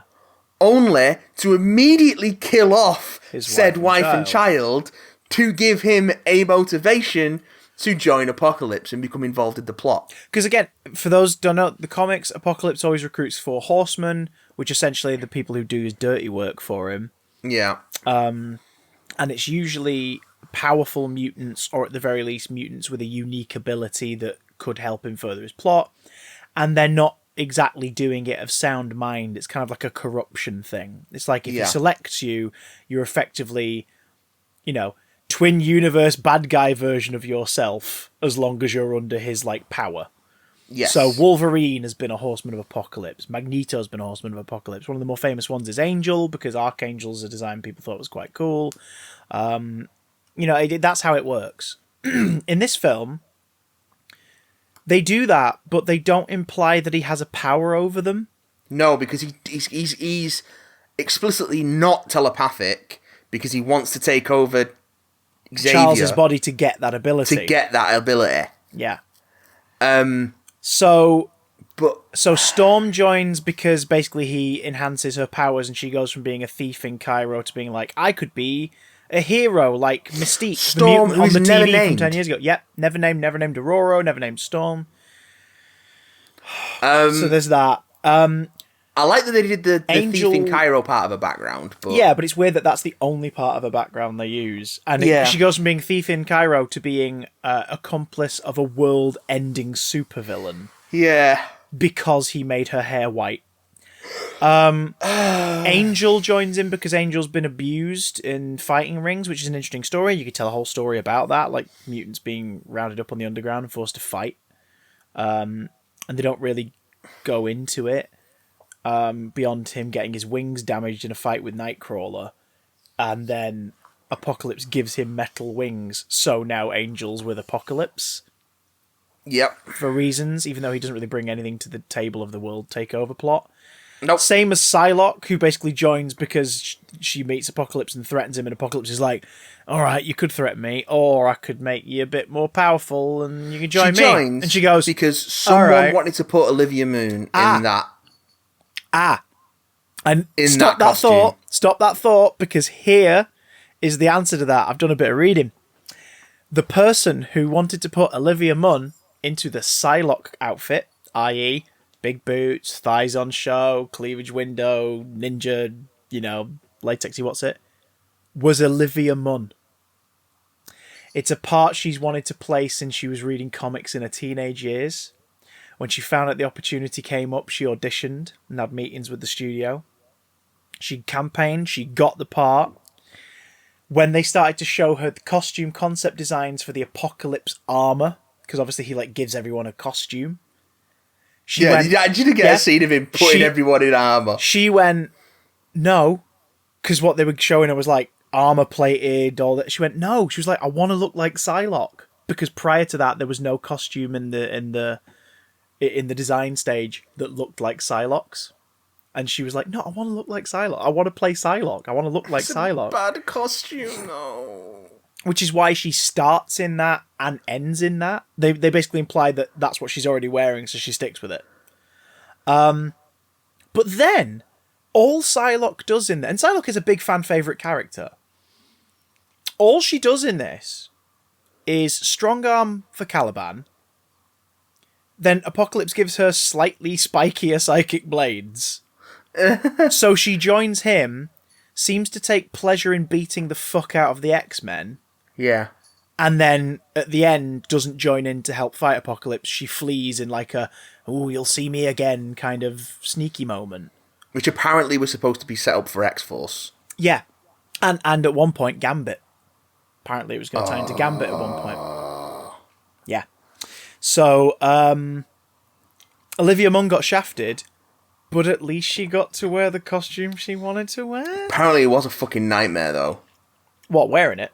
Yeah. Of course it is. It's going to chafe like a bastard. Apparently it popped open. Jesus. Olivia Munn is... She exposed her undercarriage. The bottom popped open. Yeah.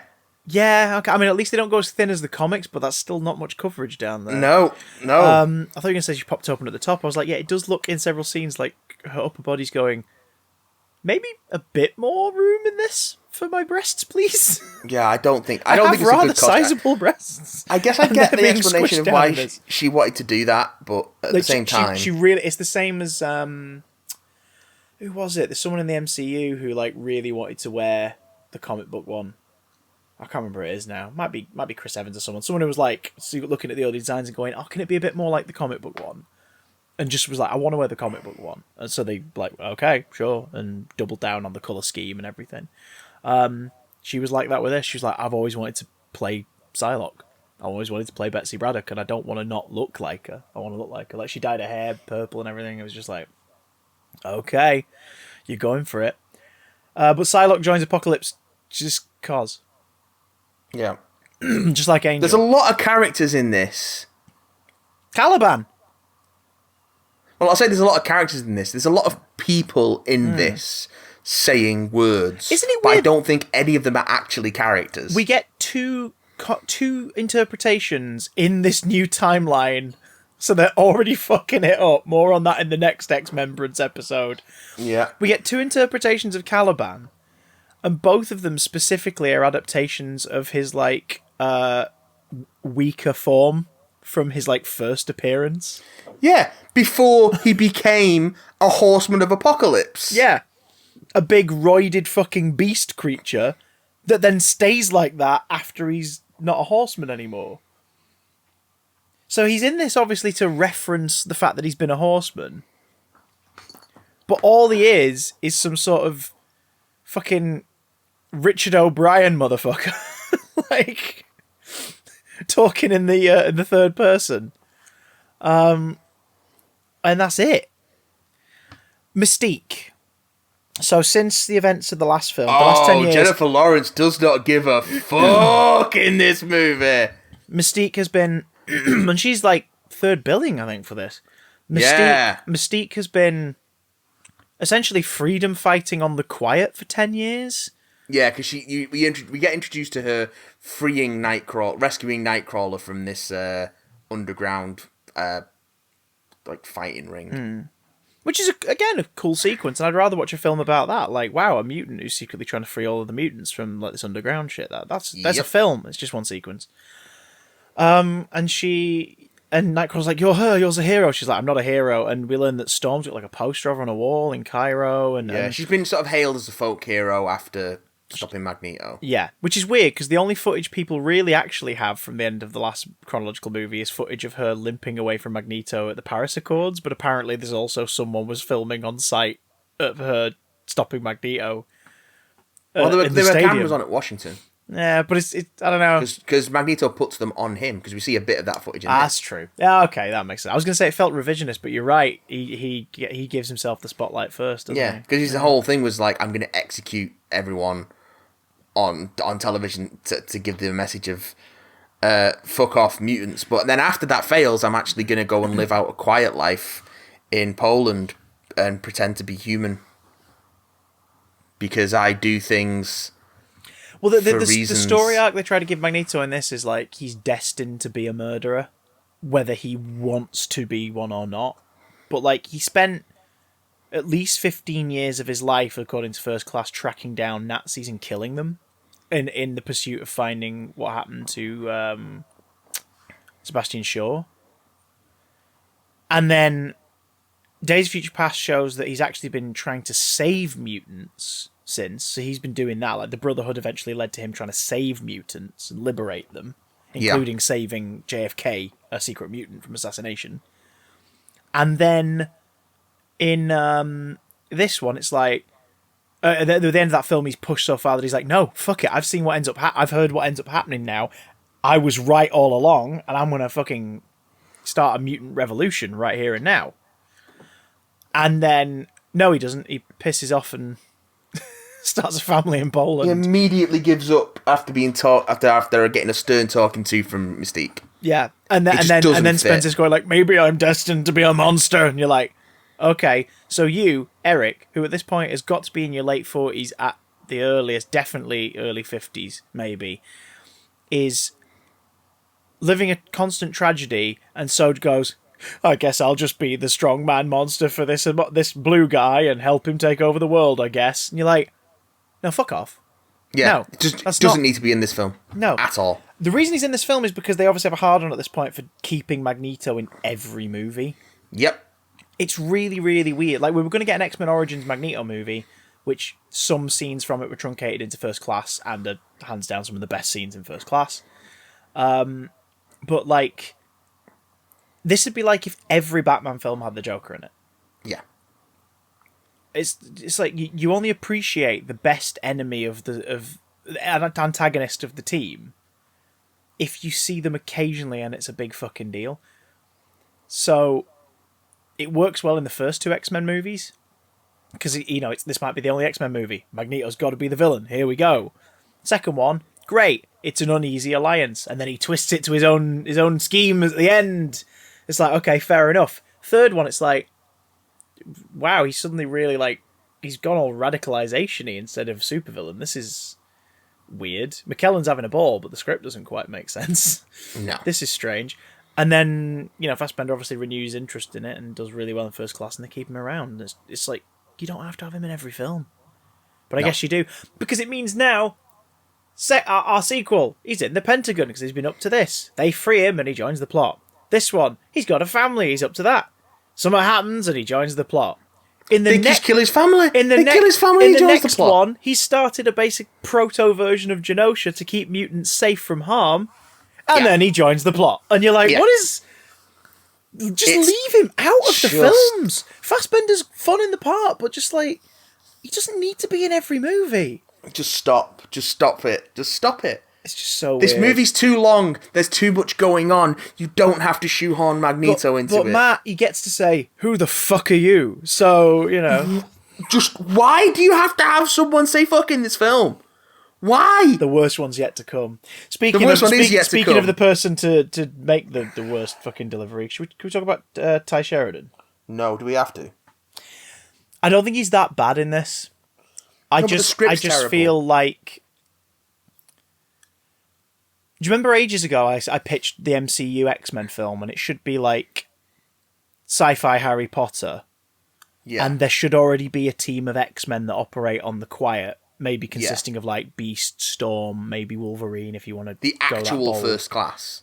Well, no. Well, yes and no, because what I thought was like you could have basically use the X-Men Evolution route and have like, you know, like Storm, Beast, a couple of the ones who are usually perceived as older, have them already in the teaching positions and doing some covert stuff, and then they get captured, and you have the recent recruits of like Kitty, Iceman, Jean, Scott, and like Warren, and they Spy Kids that shit. They like steal the X-Jet and they try and rescue him. You do the Incredibles, Spy Kids, that kind of plot where the younger lot go out and try and save the day. And that way it becomes a franchise about teens, and you focus more on that, and you can have the fun of like learning your powers, and because that's something that none of the films have really done, like the whole learning about your powers and developing it outside of maybe the first Ant-Man movie. Like Ant-Man and Doctor Strange, so the only two I can think of where it's about learning your powers. Yeah. And you can have more fun with that with kids. And you should do something like that. Why the fuck did I bring that up? Oh yeah, this film kind of has an element of that in that Jean, Nightcrawler, and Scott chase after those who are kidnapped to save them from Stryker, because Alkali Lake is in this now. Again, you could cut all the Weapon X stuff from this. I mean, you could cut it so easily, because if you look at the credits, the only reason you know that sequence exists is because Stryker's in the credits. Hugh Jackman is uncredited. He's not in the credits. It's an uncredited cameo. So now in the timeline, Stryker, that was actually Stryker and not Mystique disguised as Stryker for some reason, took Although Wolverine... they clearly have some enmity. Yeah. But again, it's hinted at a more interesting story we never see. Yep. He's taken to Alkali Lake. Wolverine's taken to Alkali Lake, and over the course of 10 years is experimented on. And they free him to cause a distraction. And it's admittedly, like, as just a fan of Wolverine, it's like, oh shit! This is how I always imagined, like, this would play out in a film. Like, the Weapon X escape. Right down to the fucking, the shorts and the wires sticking out of him and the weird helmet shit, and his hair's feral as fuck, and it's like, okay, it's cool, but my brain's also reminding me that we've seen this twice already, and neither of them line up.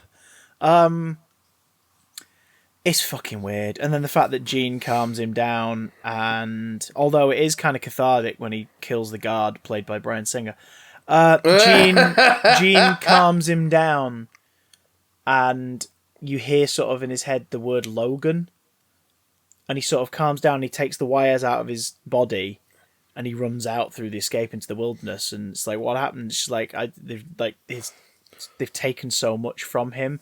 I gave him back like a piece of what I could find. I don't hate the idea that, like, of course in this timeline he's completely fucking feral. It's not like in Origins where he just undergoes one procedure and then leaves, and he's got he doesn't have any memory loss, does he, in Origins? Because the twist is he gets shot by the adamantium bullet. Like, whereas in this, like, he's got memory loss, so he wouldn't remember anything. He's just a feral creature. So I kind of like the idea that it's a neat twist on it that someone's like given him at least that name. Like, that's what she could find. Yeah. So he's got that name, and that's all he has to go off of. But why Jean? And then the whole Cyclops like, hope we don't see him again. It's like, oh, for God's sake. Has Quicksilver just been hanging out in the same basement for 10 years? I thought exactly the same thing. 10 years. It's been 10 years. Now, to be fair, if you were a superpowered kleptomaniac mutant who steals shit and lives in your mum's basement, and his mum clearly loves him and is like, doesn't want him to get hurt, so would be fine with him staying at home, I guess, if it meant that he could be protected and safe in his, like, his basement bedroom hangout club, because he's never going to be like spotted or dissected or arrested or whatever if he's not like above ground drawing attention to himself. I buy that, but for 10 years he's gone, oh, that guy I helped free from the prison then tried to kill the president and I felt guilty about it, and Mum has at some point off camera revealed to me that was my dad. And in the first film, it works fine because it's a cool like sequence and it's a nod to the fact that that's his dad in the comics. But then in this, they turn it into a plot point that they then do nothing with. Yep. I can't remember Dark Phoenix, but he doesn't tell him in that either, does he? I don't believe so. I don't know. I can't remember much about Dark Phoenix. It's also weird that Raven like appeals to Eric's better nature, and you can see Fassbender like taking it in and using what he knows of the character so far, and he's crying while he's talking to her. He's not like sobbing, but his eyes are fucking welling up like crazy. Yeah. And then he just turns to Quicksilver and goes, "And you? Why are you here?" It's like, why would he say that? He wouldn't give a fuck about this kid. He wouldn't care. Like, But he'd recognise him, wouldn't he? He'd recognise him, but he wouldn't go, "And why are you here, boy? State your case." Unless, of course... State your burst of the plot. Unless, of course, they were teeing it up for him to go, "I'm your son." Like, you actually have family. Do you know what I mean? Well, he does it. But he doesn't. He says, like, starts "I'm to here say for it. my family, too." He says, I'm here for my family, too. He starts to say it. Yeah. And then they do nothing with it. They go back on it. So yeah, they do nothing with it. It's bullshit. Beast can now just transform at will. Yeah. In the last film, they play on the fact that he does it by suppressing it with the injections, but now it's like, no, he just does it. Also, Mystique looks like Jennifer Lawrence a lot of the time now, even when she's at home or with the other mutants. And when she does go blue, it looks awful. Not as bad as the next one, though. No. Jesus Christ. This one's fucking Oscar-worthy makeup compared to Dark Phoenix. But it is the first time she looks like a cartoon. She looks really bad in this. She's luminous blue. Which is weird because Nightcrawler's in it and he looks great. Yeah. What's his name? Cody Smith-McPhee. Cody Smith-McPhee does a great job. And again... Really like Nightcrawler in this. He looks great. He's not given good dialogue. He's a good actor. He's given like one random throwaway line of dialogue to reference X-Men 2. Yeah. And that's it. My favourite moment in the whole film was just a little performance choice he made, where he's telling them to get away from the cell door because Scott's going to blast it open, and he goes on to count of 3, Ein, and he sort of lifts up one finger, one of his 2 big fingers. And he goes, Ein. Yeah. You sort of see his face go, wait, and he goes 2. So he's already corrected the language. And then he says 3 and suddenly realises he doesn't have a 3rd finger to hold up. And it's just thumb, but yeah, he doesn't... It's just this little... And he sort of is like, And then the door blasts open. And it's like, you, like Rebecca Romaine before you, have gone, they're giving me fuck all to work with in this script. I'm going to make some choices. And he's charming. He's really sweet. Yeah. And the film obviously decided that they wanted more of him at the very least, because it fucking throws Jubilee in a bin halfway through. Literally. They made a whole big thing about Jubilee being in this film. I'm looking like Jubilee. Fan favourite Jubilee. She's not just in the background this time. In this continuity, she's one of the cast in 2 scenes. Like, she goes on that outing to the mall, but then she doesn't come with them on the rescue mission. Yep. Yeah. She just gets forgotten. Like, poor Jubes. They don't give a shit about her. She's there to make a jab at X-Men The Last Stand, though. That's why. Also... the entire Return of the Jedi bit, just basically an excuse for them to make a jab at X-Men The Last Stand. That's the only reason that moment exists. In the narrative, it's so some of them could be off the premises and arrive after the explosion. Also, it's the 3rd movie in this trilogy. So it backfires. And it is hands down, out of First Class, Days of Future Past, and Apocalypse, this is the worst. Oh, it's really... It's not just, like, not as good as. It is very bad. Like, if they took it... It looks a lot cheaper. Do you want to know the secret origin as to why Professor X is bald? Oh, I hate that. Why does he have to have a magic, like, mutant escapade related reason to him being bald? Like, he can just go fucking bald. He's in his 50s or supposed to be in his 50s by this point. He could just go bald. Motherfuckers go bald all the time.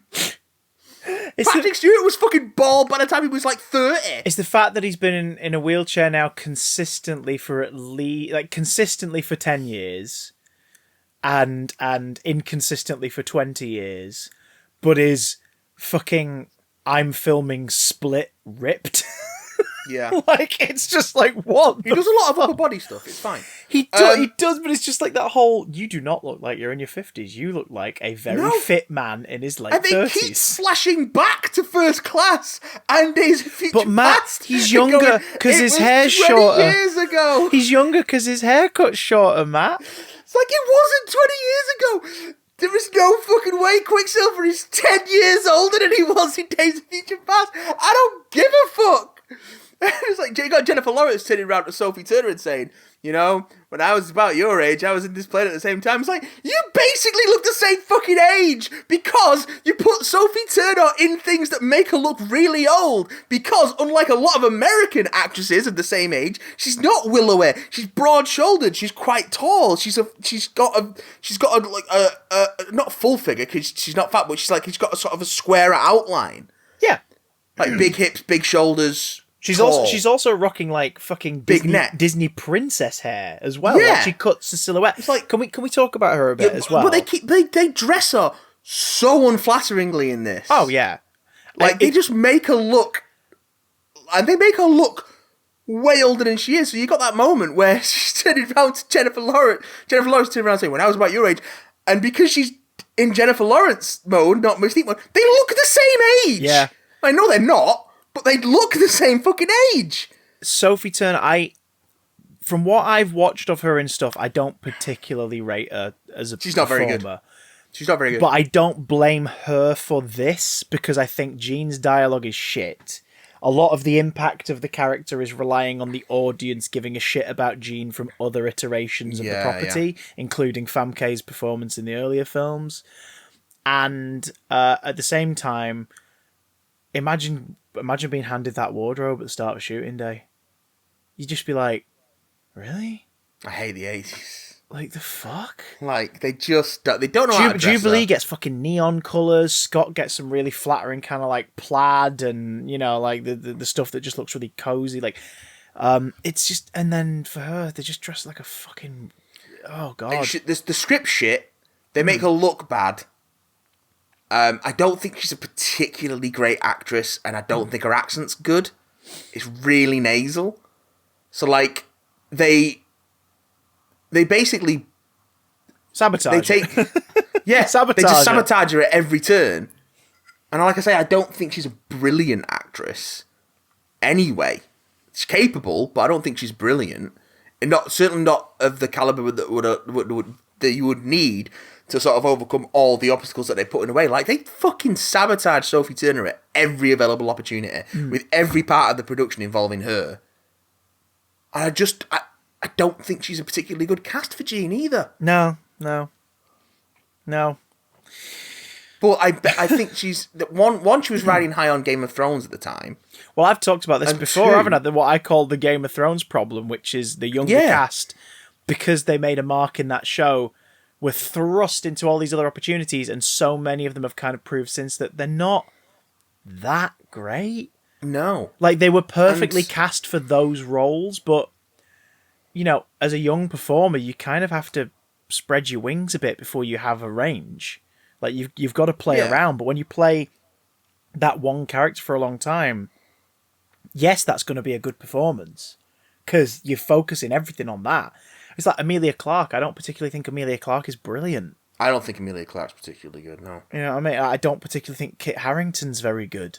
Like, No, I just, not it's particularly. like, all the ones who kind of survived Game of Thrones are the seasoned actors, like, you know, your Beans, your Dinklages, like, they've survived it because they're just great already, and this was them taking on another role and being I think great at also, because Game of Thrones ended so poorly, it's left a bad taste in so many people's mouths that people who hadn't already started to branch out before the end of that show are kind of been buried with it. Yeah. Because no one talks about that fucking show anymore. No. Like, no one's talking about revisiting Game of Thrones. It fucked up the ending so badly that people just It don't talk retroactively about made it people anymore. hate the show. Like, here we are 15 years on and everyone still is recommending The Wire. People are still talking about Breaking Bad. The Sopranos is like you've never watched The Sopranos? I mean, fucking hell, Firefly, 1 season. Still to this day, people are like, no, it's really good, you should watch it. And then Game of Thrones is sort of, oh yeah, I used to watch that. So anyway, did you see Last Christmas? Geeks did. And I do wonder whether or not the curse, the Game of Thrones effect will continue, because we're going to wrap up in a moment, folks, because we've been going a long time. Yeah. Emails we're going to cover next week, because we've had a lot to talk about this week. So thank you for your patience. The next time we do an X-Men-brance episode, don't know when, probably soonish, but the next time we do one, it'll be a fourfer. The next time we gather... Do we want to do a 4-4, or do we want to break it up into 2 small ones? Let's do the 4th. Let's just fucking... That's a lot. It is, but hey, do you really want to give too much time to Dark Phoenix? I don't want to give any time to Dark Phoenix. Exactly. So if we can truncate half-hour time limits in the next one to Logan, which is the next chronological movie, which I'm delighted... Not only am I looking forward to revisiting Logan, I'm going to give it... I've got it on Blu-ray, so I'm going to give the black and white cut a spin this time. Also, correct me if I'm wrong, but it's the first one that we'll be doing that we've actually already reviewed on this podcast. Because I didn't watch Apocalypse when it came out. That's true. Deadpool came out just before we began the show. And Apocalypse, I think I talked about it, but we didn't do like a full-on review. I didn't see it at the cinema. I didn't see it until it came out to streaming. Holy shit, guys, we're Well, there you go. They could be shorter discussions because we've already talked about them. So... Well, we've talked about Logan and Deadpool 2 and Dark Phoenix, yeah. Yeah, we're going to talk about Logan, Deadpool 2, Dark Phoenix, and... just watch Matt Crease. We're going to see if the Game of Thrones curse carries on when Maisie Williams joins the fray as part of the ensemble cast of the New Mutants. So... Can I say one more thing about Apocalypse before we go? You can, and is it how dare they cover up Oscar Isaacs, that beautiful, beautiful man? Well, no, that is a point. But the whole mansion explosion. Oh Jesus! Could have been like. There's a great idea in there, like the idea of Quicksilver stepping up and being a hero and saving all these people. Mm-hmm. But because they want to repeat what they did in Days of Future Past and make it funny and cutesy with a pop song, it completely undermines the impact of what he's actually doing in that scene. Yeah, which is he arrives, sees danger, and saves everyone's life that he can, not knowing that Professor X has been teleported away and not knowing that Havoc was in the reactor room. Which is, again, that's a tragic idea, and would work better had Havoc been a player in the last movie and not just a cameo.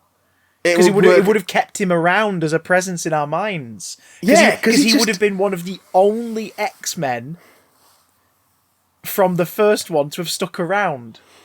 But he's barely developed as a character. He's grown a mullet. He's grown his MacGyver mullet, though. Oh, yeah, of course. Grown his MacGyver because the actor mullet. was in the MacGyver reboot. So that's the last thing I want to say about Apocalypse. I just wanted to say it because it was on my mind when we were watching it. But because I really like the idea of that sequence. Yes. Oh, yeah. And what it means for Quicksilver as a character. Because I really like Evan Peter in these films. But they just undermine it. By making it a comedy sequence. And I think that is so...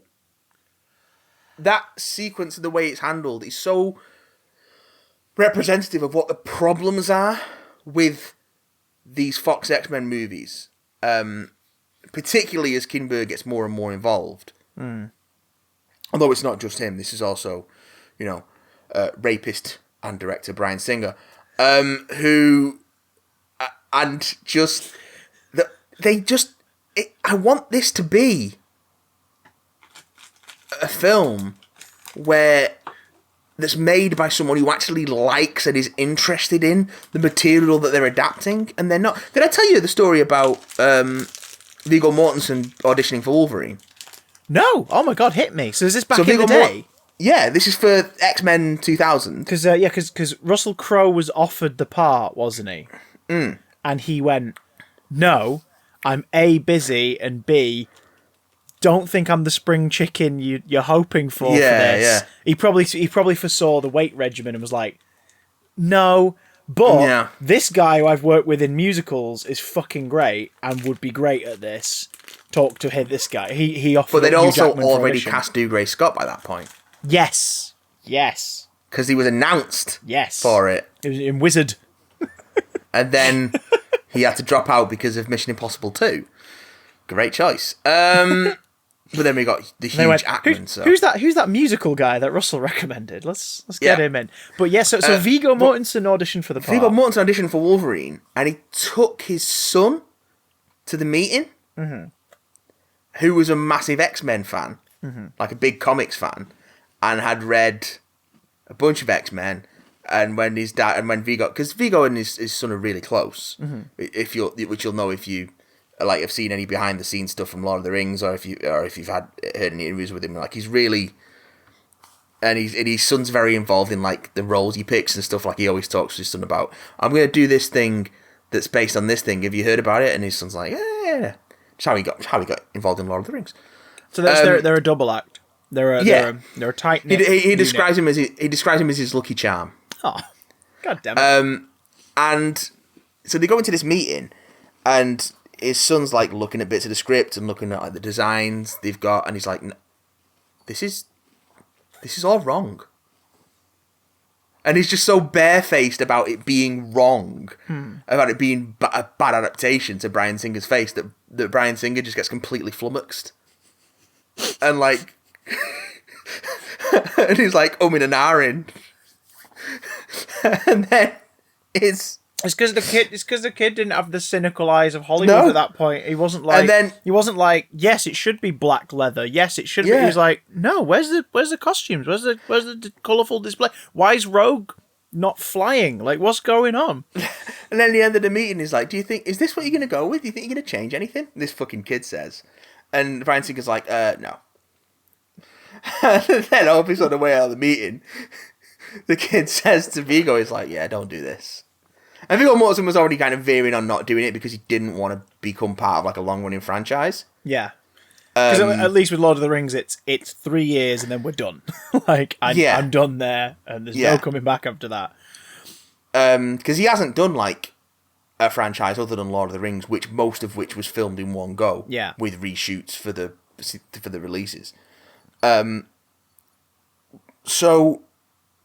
And then he's like, do you think I should do it? It's like, nah. Guy doesn't know what he's talking about. I'm like, this fucking kid had Bryan Singer pegged in fucking 1999.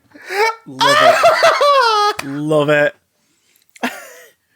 So Viggo Mortensen's son gives the true verdict.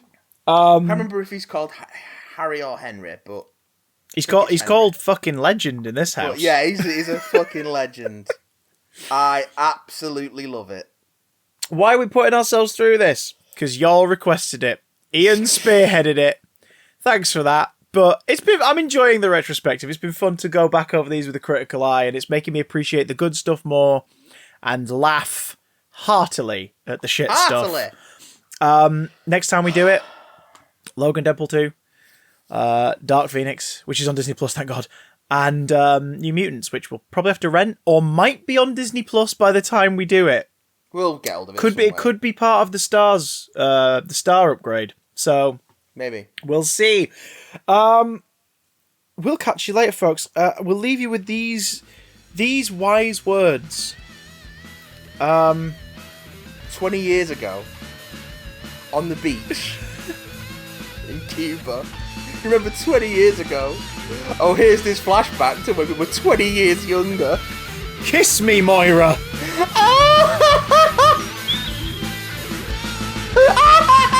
Poor Rosebud. Jesus Christ. 20 years!